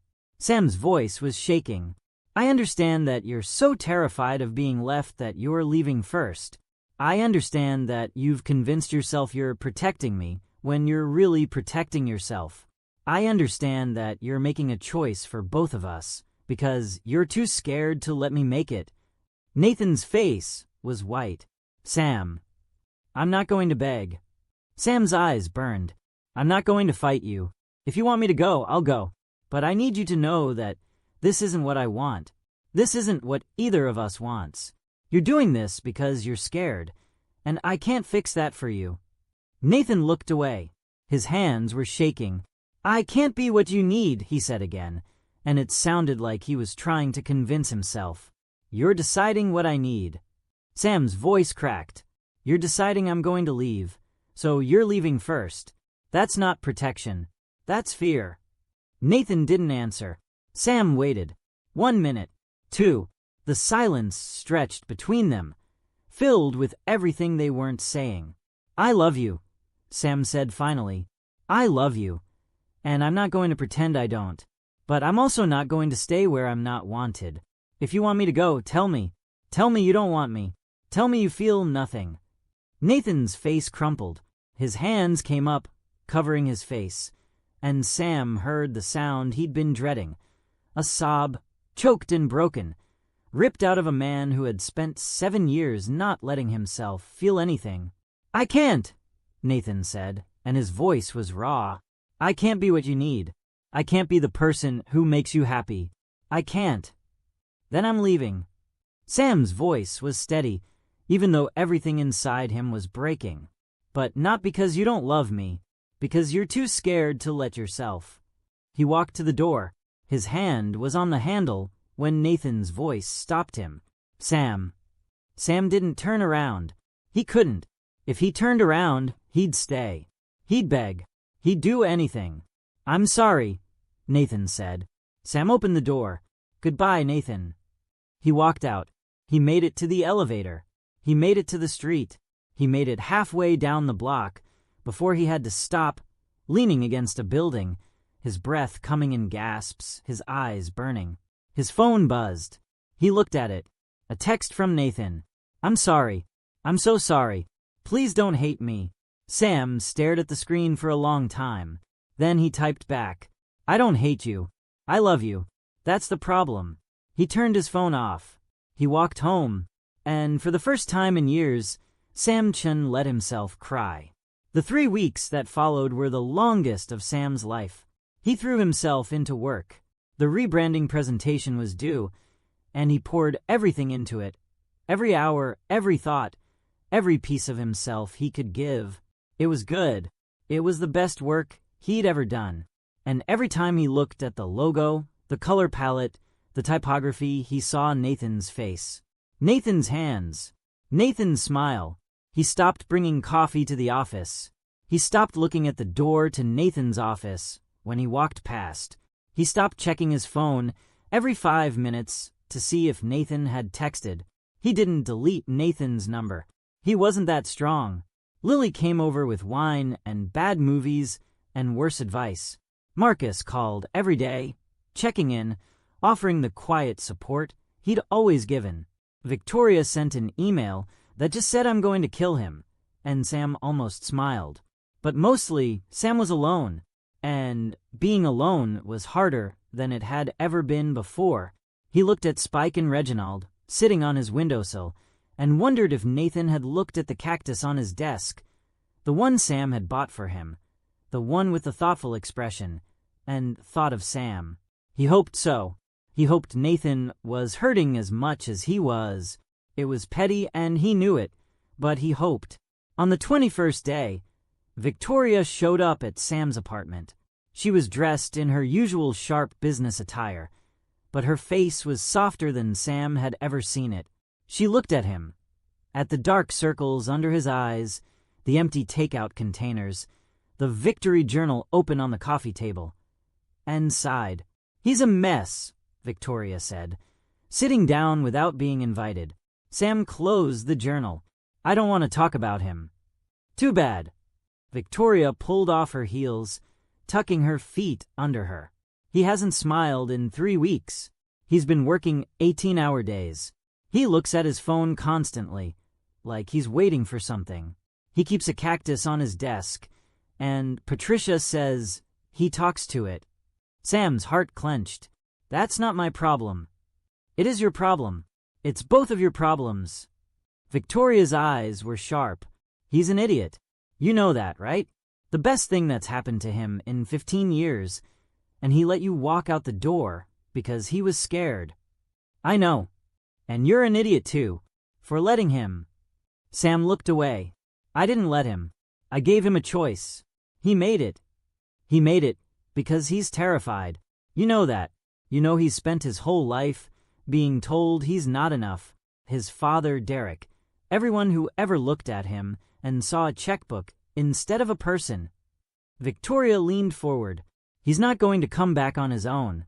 He's too scared to believe he's worth coming back for."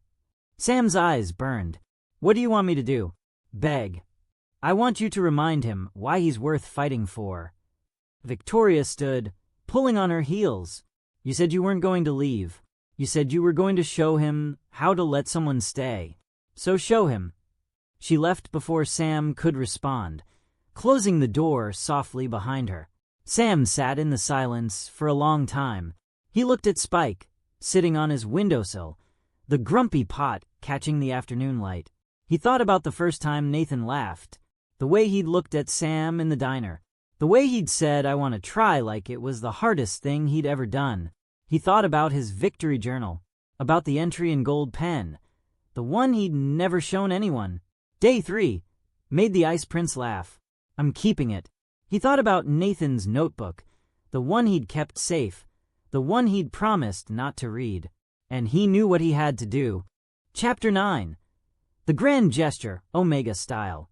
Sam spent the next 2 days preparing. He didn't plan a speech. He didn't rehearse what he was going to say. He'd learned a long time ago that the best words were the ones you didn't plan, the ones that came from somewhere real. Instead, he went to the plant store and bought 3 new cacti. Small ones, like Spike and Reginald, each in a different pot with a different expression. One looked worried. One looked hopeful. One looked like it was thinking very hard about something. He put them in a box with Spike and Reginald and walked to Blackwood Industries. Patricia was at her desk when he got there. She looked up, saw the box of cacti, and smiled. "He's in his office," she said. "He's been there since 6 a.m. Sam nodded. "Is anyone else here?" "It's Saturday. Just him." Patricia stood, walking toward the elevator. "I'm going to get coffee. Take your time." She left before Sam could thank her. He stood in the hallway for a moment, his heart pounding, the box of cacti heavy in his arms. Then he walked to Nathan's office and pushed the door open. Nathan was at his desk, hunched over something, his back to the door. He looked smaller than Sam remembered, thinner. His shirt was rumpled, his hair uncombed, and there was a cactus on his desk, Reginald's twin, the one Sam had bought him weeks ago, sitting next to a stack of papers. He didn't turn around. "Patricia, I said I didn't want to be." "It's not Patricia." Nathan froze. His shoulders went rigid, his hands still on the papers in front of him. For a moment, he didn't move at all. Then he turned. His face was worse than Sam had expected. Dark circles under his eyes, his skin pale, his expression raw and unguarded. He looked at Sam like he was seeing a ghost. "Sam," Nathan said, and his voice was hoarse. "What are you? How did you?" "I walked," Sam said. "It's a nice day. Good for the soul." Nathan stared at him. His hands were shaking. "You shouldn't be here." "I should." Sam walked forward, setting the box of cacti on the corner of Nathan's desk. "I'm done letting you be scared. You want to push me away? Fine, but I'm going to make it really hard for you." He pulled Spike out of the box, setting him next to Nathan's cactus. Then Reginald. Then the 3 new ones, lining them up in a row. Nathan watched him, his expression shifting from shock to confusion to something that looked like hope, quickly suppressed. "What is this?" Nathan asked. "This is your plant family. Spike, Reginald, and 3 new friends. They need names. I figured you could handle it." Sam set the last cactus down and turned to face Nathan. "Every time you think about running, look at them. They have small leaves and big feelings. Learn from them." Nathan's jaw was working. His eyes were bright. "Sam, I'm not done." Sam's voice was steady, even though his heart was racing. "I love you. I've loved you since the diner, since you laughed at my cactus sweater, since you forgot to be cold and became someone worth knowing. I love you, and I'm not going to pretend I don't. If you're too scared to try, that's your choice. But I'm not leaving until you tell me to my face that you feel nothing." Nathan stood. His hands were braced on the desk, his knuckles white. His scent was all over the place. Cold whiskey, warmth, fear, hope, all of it tangled together. "I feel everything," Nathan said, and his voice cracked. "That's the problem." "Then why did you push me away?" "Because I'm terrified." Nathan's voice was raw. "Because every person I've ever let close has left. Because I don't know how to be what you need. Because I look at you, and I see everything I'm going to lose, and I don't know how to—" He stopped, his breath hitching. "I don't know how to not be scared." Sam stepped closer. "Then be scared. Be scared and do it anyway. That's what brave people do. They're not unafraid. They're afraid, and they do it anyway." Nathan's eyes were wet. "What if I mess it up?" "You will. So will I. That's not the point." Sam reached out, taking Nathan's hands. They were cold, trembling. "The point is that we keep trying. We keep showing up. We don't run when it gets hard. What if you leave?" Sam squeezed his hands. "I'm not leaving. I'm not Derek. I'm not your father. I'm not leaving because things get hard. I'm staying because you're worth staying for." Nathan made a sound, something between a laugh and a sob, and pulled Sam into his arms. He held him tight, too tight, like he was afraid Sam would disappear if he let go. "I'm sorry," Nathan said into Sam's hair. "I'm so sorry. I was so scared. I thought if I left first, it wouldn't hurt as much. But it did. It hurt more." "I know." Sam held him back, feeling Nathan's heart pounding against his chest. "I know. I love you. I love you, and I don't want to be scared anymore." "Then don't be." Sam pulled back, looking up at him. "Be scared. Be terrified. But don't let it stop you. Don't let it stop us."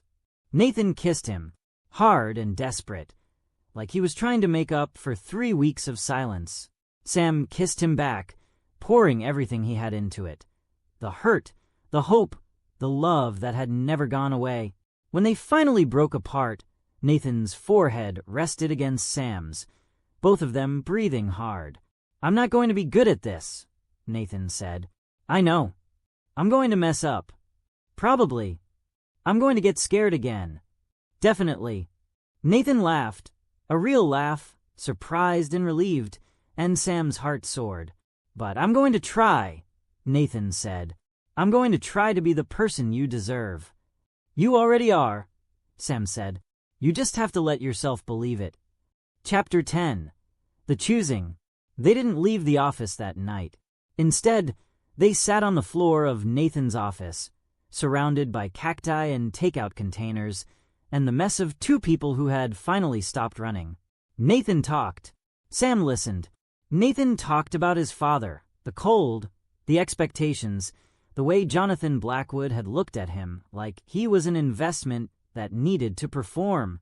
He talked about his mother, who had left when he was 12, who had chosen silence over fighting. He talked about Derek, the way it had felt to be loved and then used, the way it had broken something in him that he didn't know how to fix. "I thought if I didn't let anyone in, no one could hurt me," Nathan said. He was sitting against the desk, Sam between his legs, his arms wrapped around him. "I thought I could protect myself by being untouchable. But I wasn't protecting myself. I was just alone." Sam leaned back against his chest, feeling Nathan's heartbeat steady and real. "You're not alone anymore." "I know." Nathan's arms tightened. "I don't know what I did to deserve you. You showed up." Sam turned his head, looking up at Nathan. "You showed up, and you tried, and you kept trying even when it was hard. That's all I ever wanted." Nathan's eyes were soft. "I'm going to keep trying. Every day. I'm going to mess up, and I'm going to get scared, but I'm going to keep trying. That's all I ask." Nathan kissed him, soft and slow. When he pulled back, he was smiling, that real smile, the one Sam had fallen in love with. "I have something to show you," Nathan said. He reached for his phone, scrolling through something. Then he pressed play. Sam heard it before he understood what it was. A laugh. His own laugh, bright and surprised, from the first day he'd brought coffee to Nathan's office. Then Nathan's voice. "You're impossible." And his own. "I'm creative. There's a difference." Sam stared at Nathan. "You recorded us." Nathan's face was red. "I recorded you. The first time you made me laugh. I didn't know how to keep it, so He trailed off, looking embarrassed. "I listen to it when I'm having a bad day, to remind myself that I'm not, that I can be." He stopped. Sam's heart was so full it hurt. "You kept it," Sam said, "all this time." 3 years. Nathan's voice was quiet. "I've been listening to it for 3 years." Sam kissed him, deep and fierce, pouring everything into it. When they broke apart, Nathan's face was wet, and Sam realized his own face was wet too. "I love you," Sam said. "I love you so much it's ridiculous." Nathan laughed, the sound bright and real. "I love you too, even when you're ridiculous." "I'm always ridiculous." "I know." Sam smiled, leaning into Nathan's chest, listening to his heartbeat. The cacti lined up on the desk, small and spiky and growing. Outside the window, the city was waking up, the first light of dawn painting the sky gold. "Let's go home," Sam said. Nathan's arms tightened around him. Home. Your apartment. My apartment. Wherever we are. Sam looked up at him. Home is wherever you are. Nathan's breath caught. Sam. I know it's soon. I know we have things to figure out. But I don't want to figure them out alone. I want to figure them out with you. Nathan stared at him for a long moment. Then he smiled. That smile. The one that transformed his whole face. Okay, Nathan said. Let's go home. Epilogue. 1 year later. The morning light came through the windows of Nathan's apartment. No, their apartment. In soft gold streaks, catching the dust motes in the air and turning everything warm. Sam woke slowly, the way he always did now, wrapped in warmth and the familiar scent of whiskey and leather. Nathan's arm was heavy across his waist, Nathan's face buried in his hair, Nathan's heartbeat steady against his back. He didn't move. He never moved first. He liked the quiet of these moments, the softness of Nathan when he wasn't the CEO, wasn't the Ice Prince, wasn't anything except the man who loved Sam. Nathan stirred behind him, his arm tightening, his nose pressing into Sam's neck. You're awake, Nathan said, his voice rough with sleep. So are you. Nathan's lips brushed Sam's shoulder. What time is it? Late. We should get up. Probably. Neither of them moved. Sam smiled, closing his eyes, letting himself sink into the warmth. A year ago, he would have been awake at 6, dressed by 7, at his desk by 8, because that was what you did when you had to prove you belonged somewhere. Now he lay in bed with a man who loved him and waited for the day to come to them. We have plants to water, Nathan said, but he made no move to get up. The plants can wait. The plants have feelings, Sam. You taught me that. I taught you that cacti have feelings. The ferns are on their own. Nathan laughed, the sound vibrating through Sam's chest. You're ridiculous. You love it. I love you. The ridiculousness is tolerated. Sam turned in his arms, facing Nathan. His hair was messy, his eyes soft, his face unguarded in a way that still made Sam's heart catch. A year ago, Nathan had never let anyone see him like this. Now he let Sam see everything. I love you too, Sam said. Even when you're grumpy in the mornings. I'm not grumpy. You're always grumpy before coffee. I'm not grumpy. I'm contemplative. Your contemplative looks exactly like grumpy. Nathan kissed him, probably to shut him up. Sam let him. It was a good way to be shut up. They finally got up an hour later, when the sun was fully up and the plants were starting to look droopy. Sam padded barefoot to the kitchen to start the coffee, while Nathan went to the living room to check on their growing collection of cacti. The apartment was different now. When Sam had first seen it, it had been all gray and glass, beautiful and cold, the home of someone who didn't know how to live. Now there were colors, throw pillows in warm oranges and deep blues, art on the walls that Sam had picked out, books stacked on every surface, plants on every windowsill, ferns and succulents and herbs in the kitchen, and the cacti, always the cacti, lined up on the shelf by the window. Spike was still there, the original, his grumpy pot faded now, his spines a little crooked. Next to him, Reginald, who had earned his title after surviving a fall off the windowsill. And the three new ones, worried Walter, hopeful Helen, and thinking Theodore, who had grown in the year since Sam had brought them. Nathan had named them. Sam had pretended to think the names were terrible. He had written them in his victory journal in gold pen. You're staring at the cacti again, Sam said, handing Nathan a cup of coffee. Nathan took it, his fingers brushing Sam's. I'm checking on them. They need attention. They're cacti. They need to be left alone. They're family, Sam. You don't leave family alone. Sam's heart did that complicated thing it always did when Nathan said things like that. A year in, and he still wasn't used to it. The way Nathan talked about them, like it was the most natural thing in the world. That's very sweet, Sam said. Now drink your coffee before it gets cold. Nathan drank. His eyes closed, just for a moment, and Sam watched him. The way the morning light caught his hair, the way his shoulders relaxed, the way his scent warmed as the caffeine hit his system. "You're staring," Nathan said, opening his eyes. "You're worth staring at." Nathan's face went slightly pink. Sam grinned. "I have a meeting at 10, Nathan said, steering the conversation away from his embarrassment. "The new development, the affordable housing project. The one you designed." "The one I designed." Nathan's smile was soft. "They're breaking ground next month." Sam stepped closer, wrapping his arms around Nathan's waist. "I'm proud of you.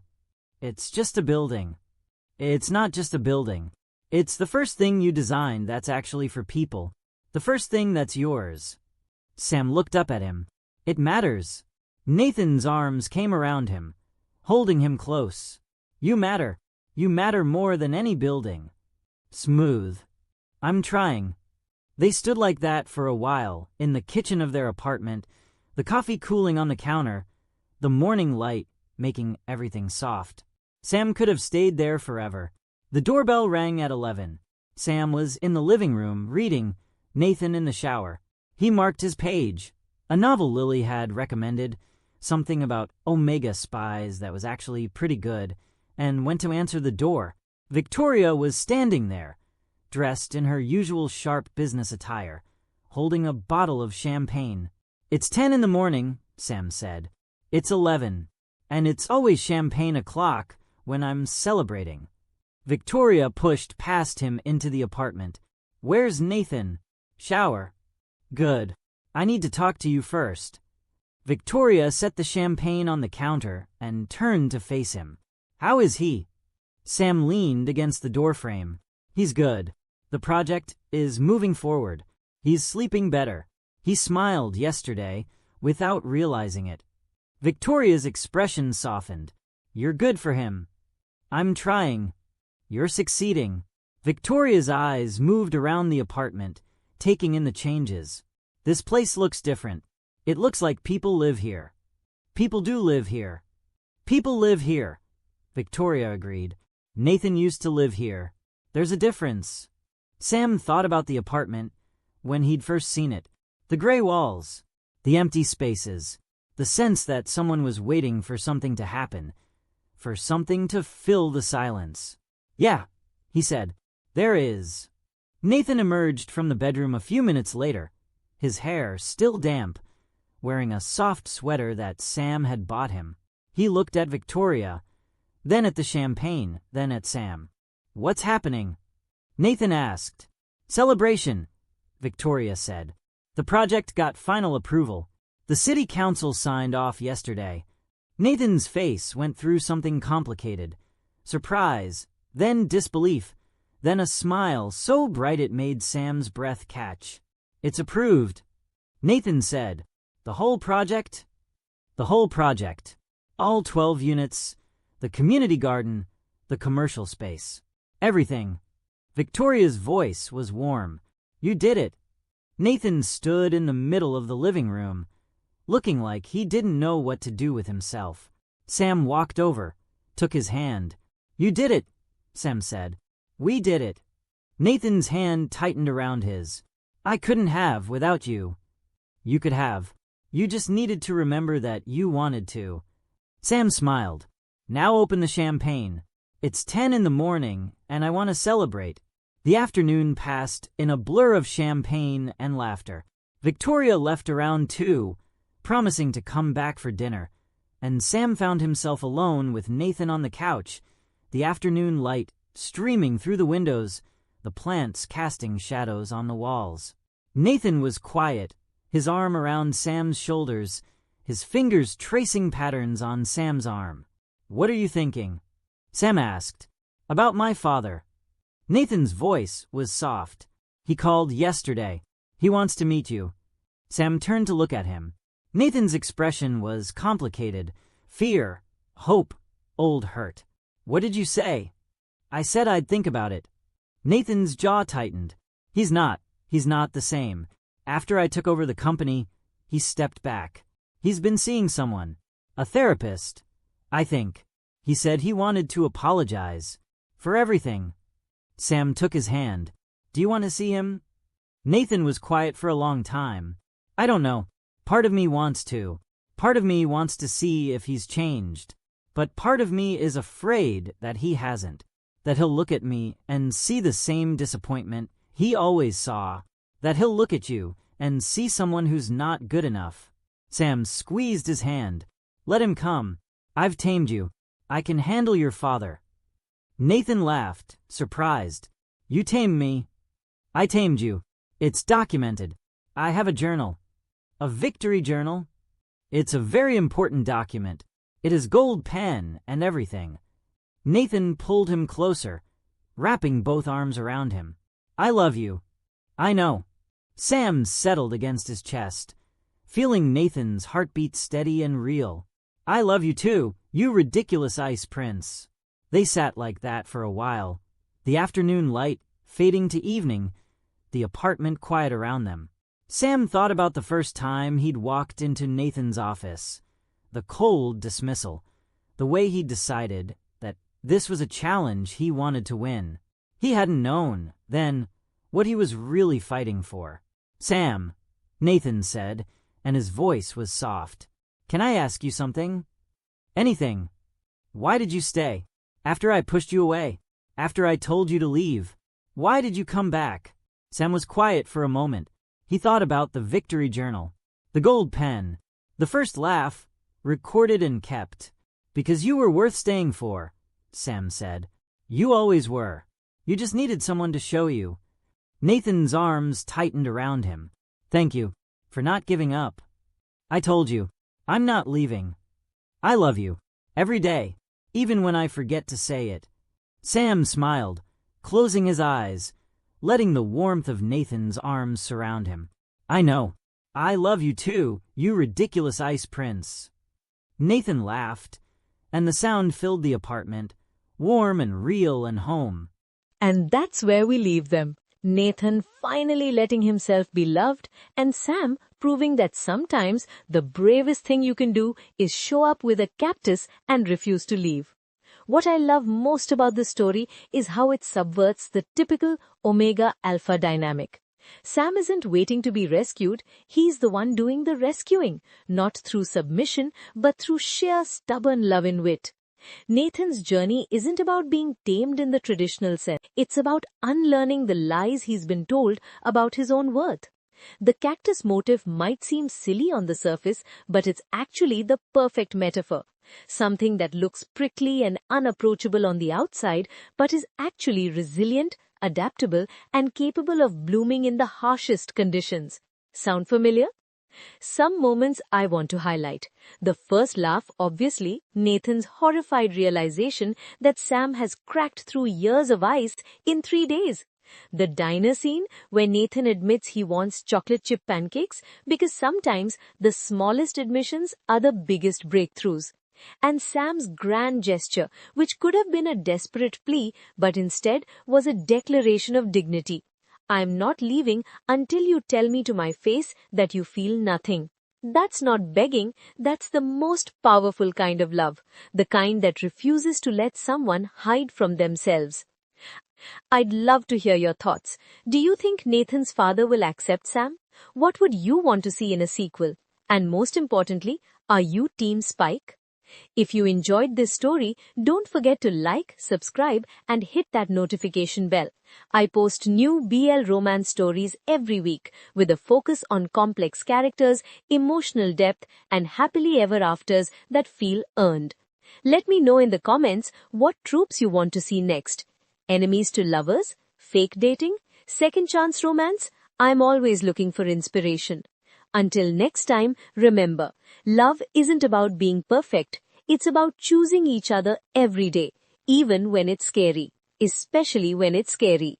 Take care of yourselves and take care of each other.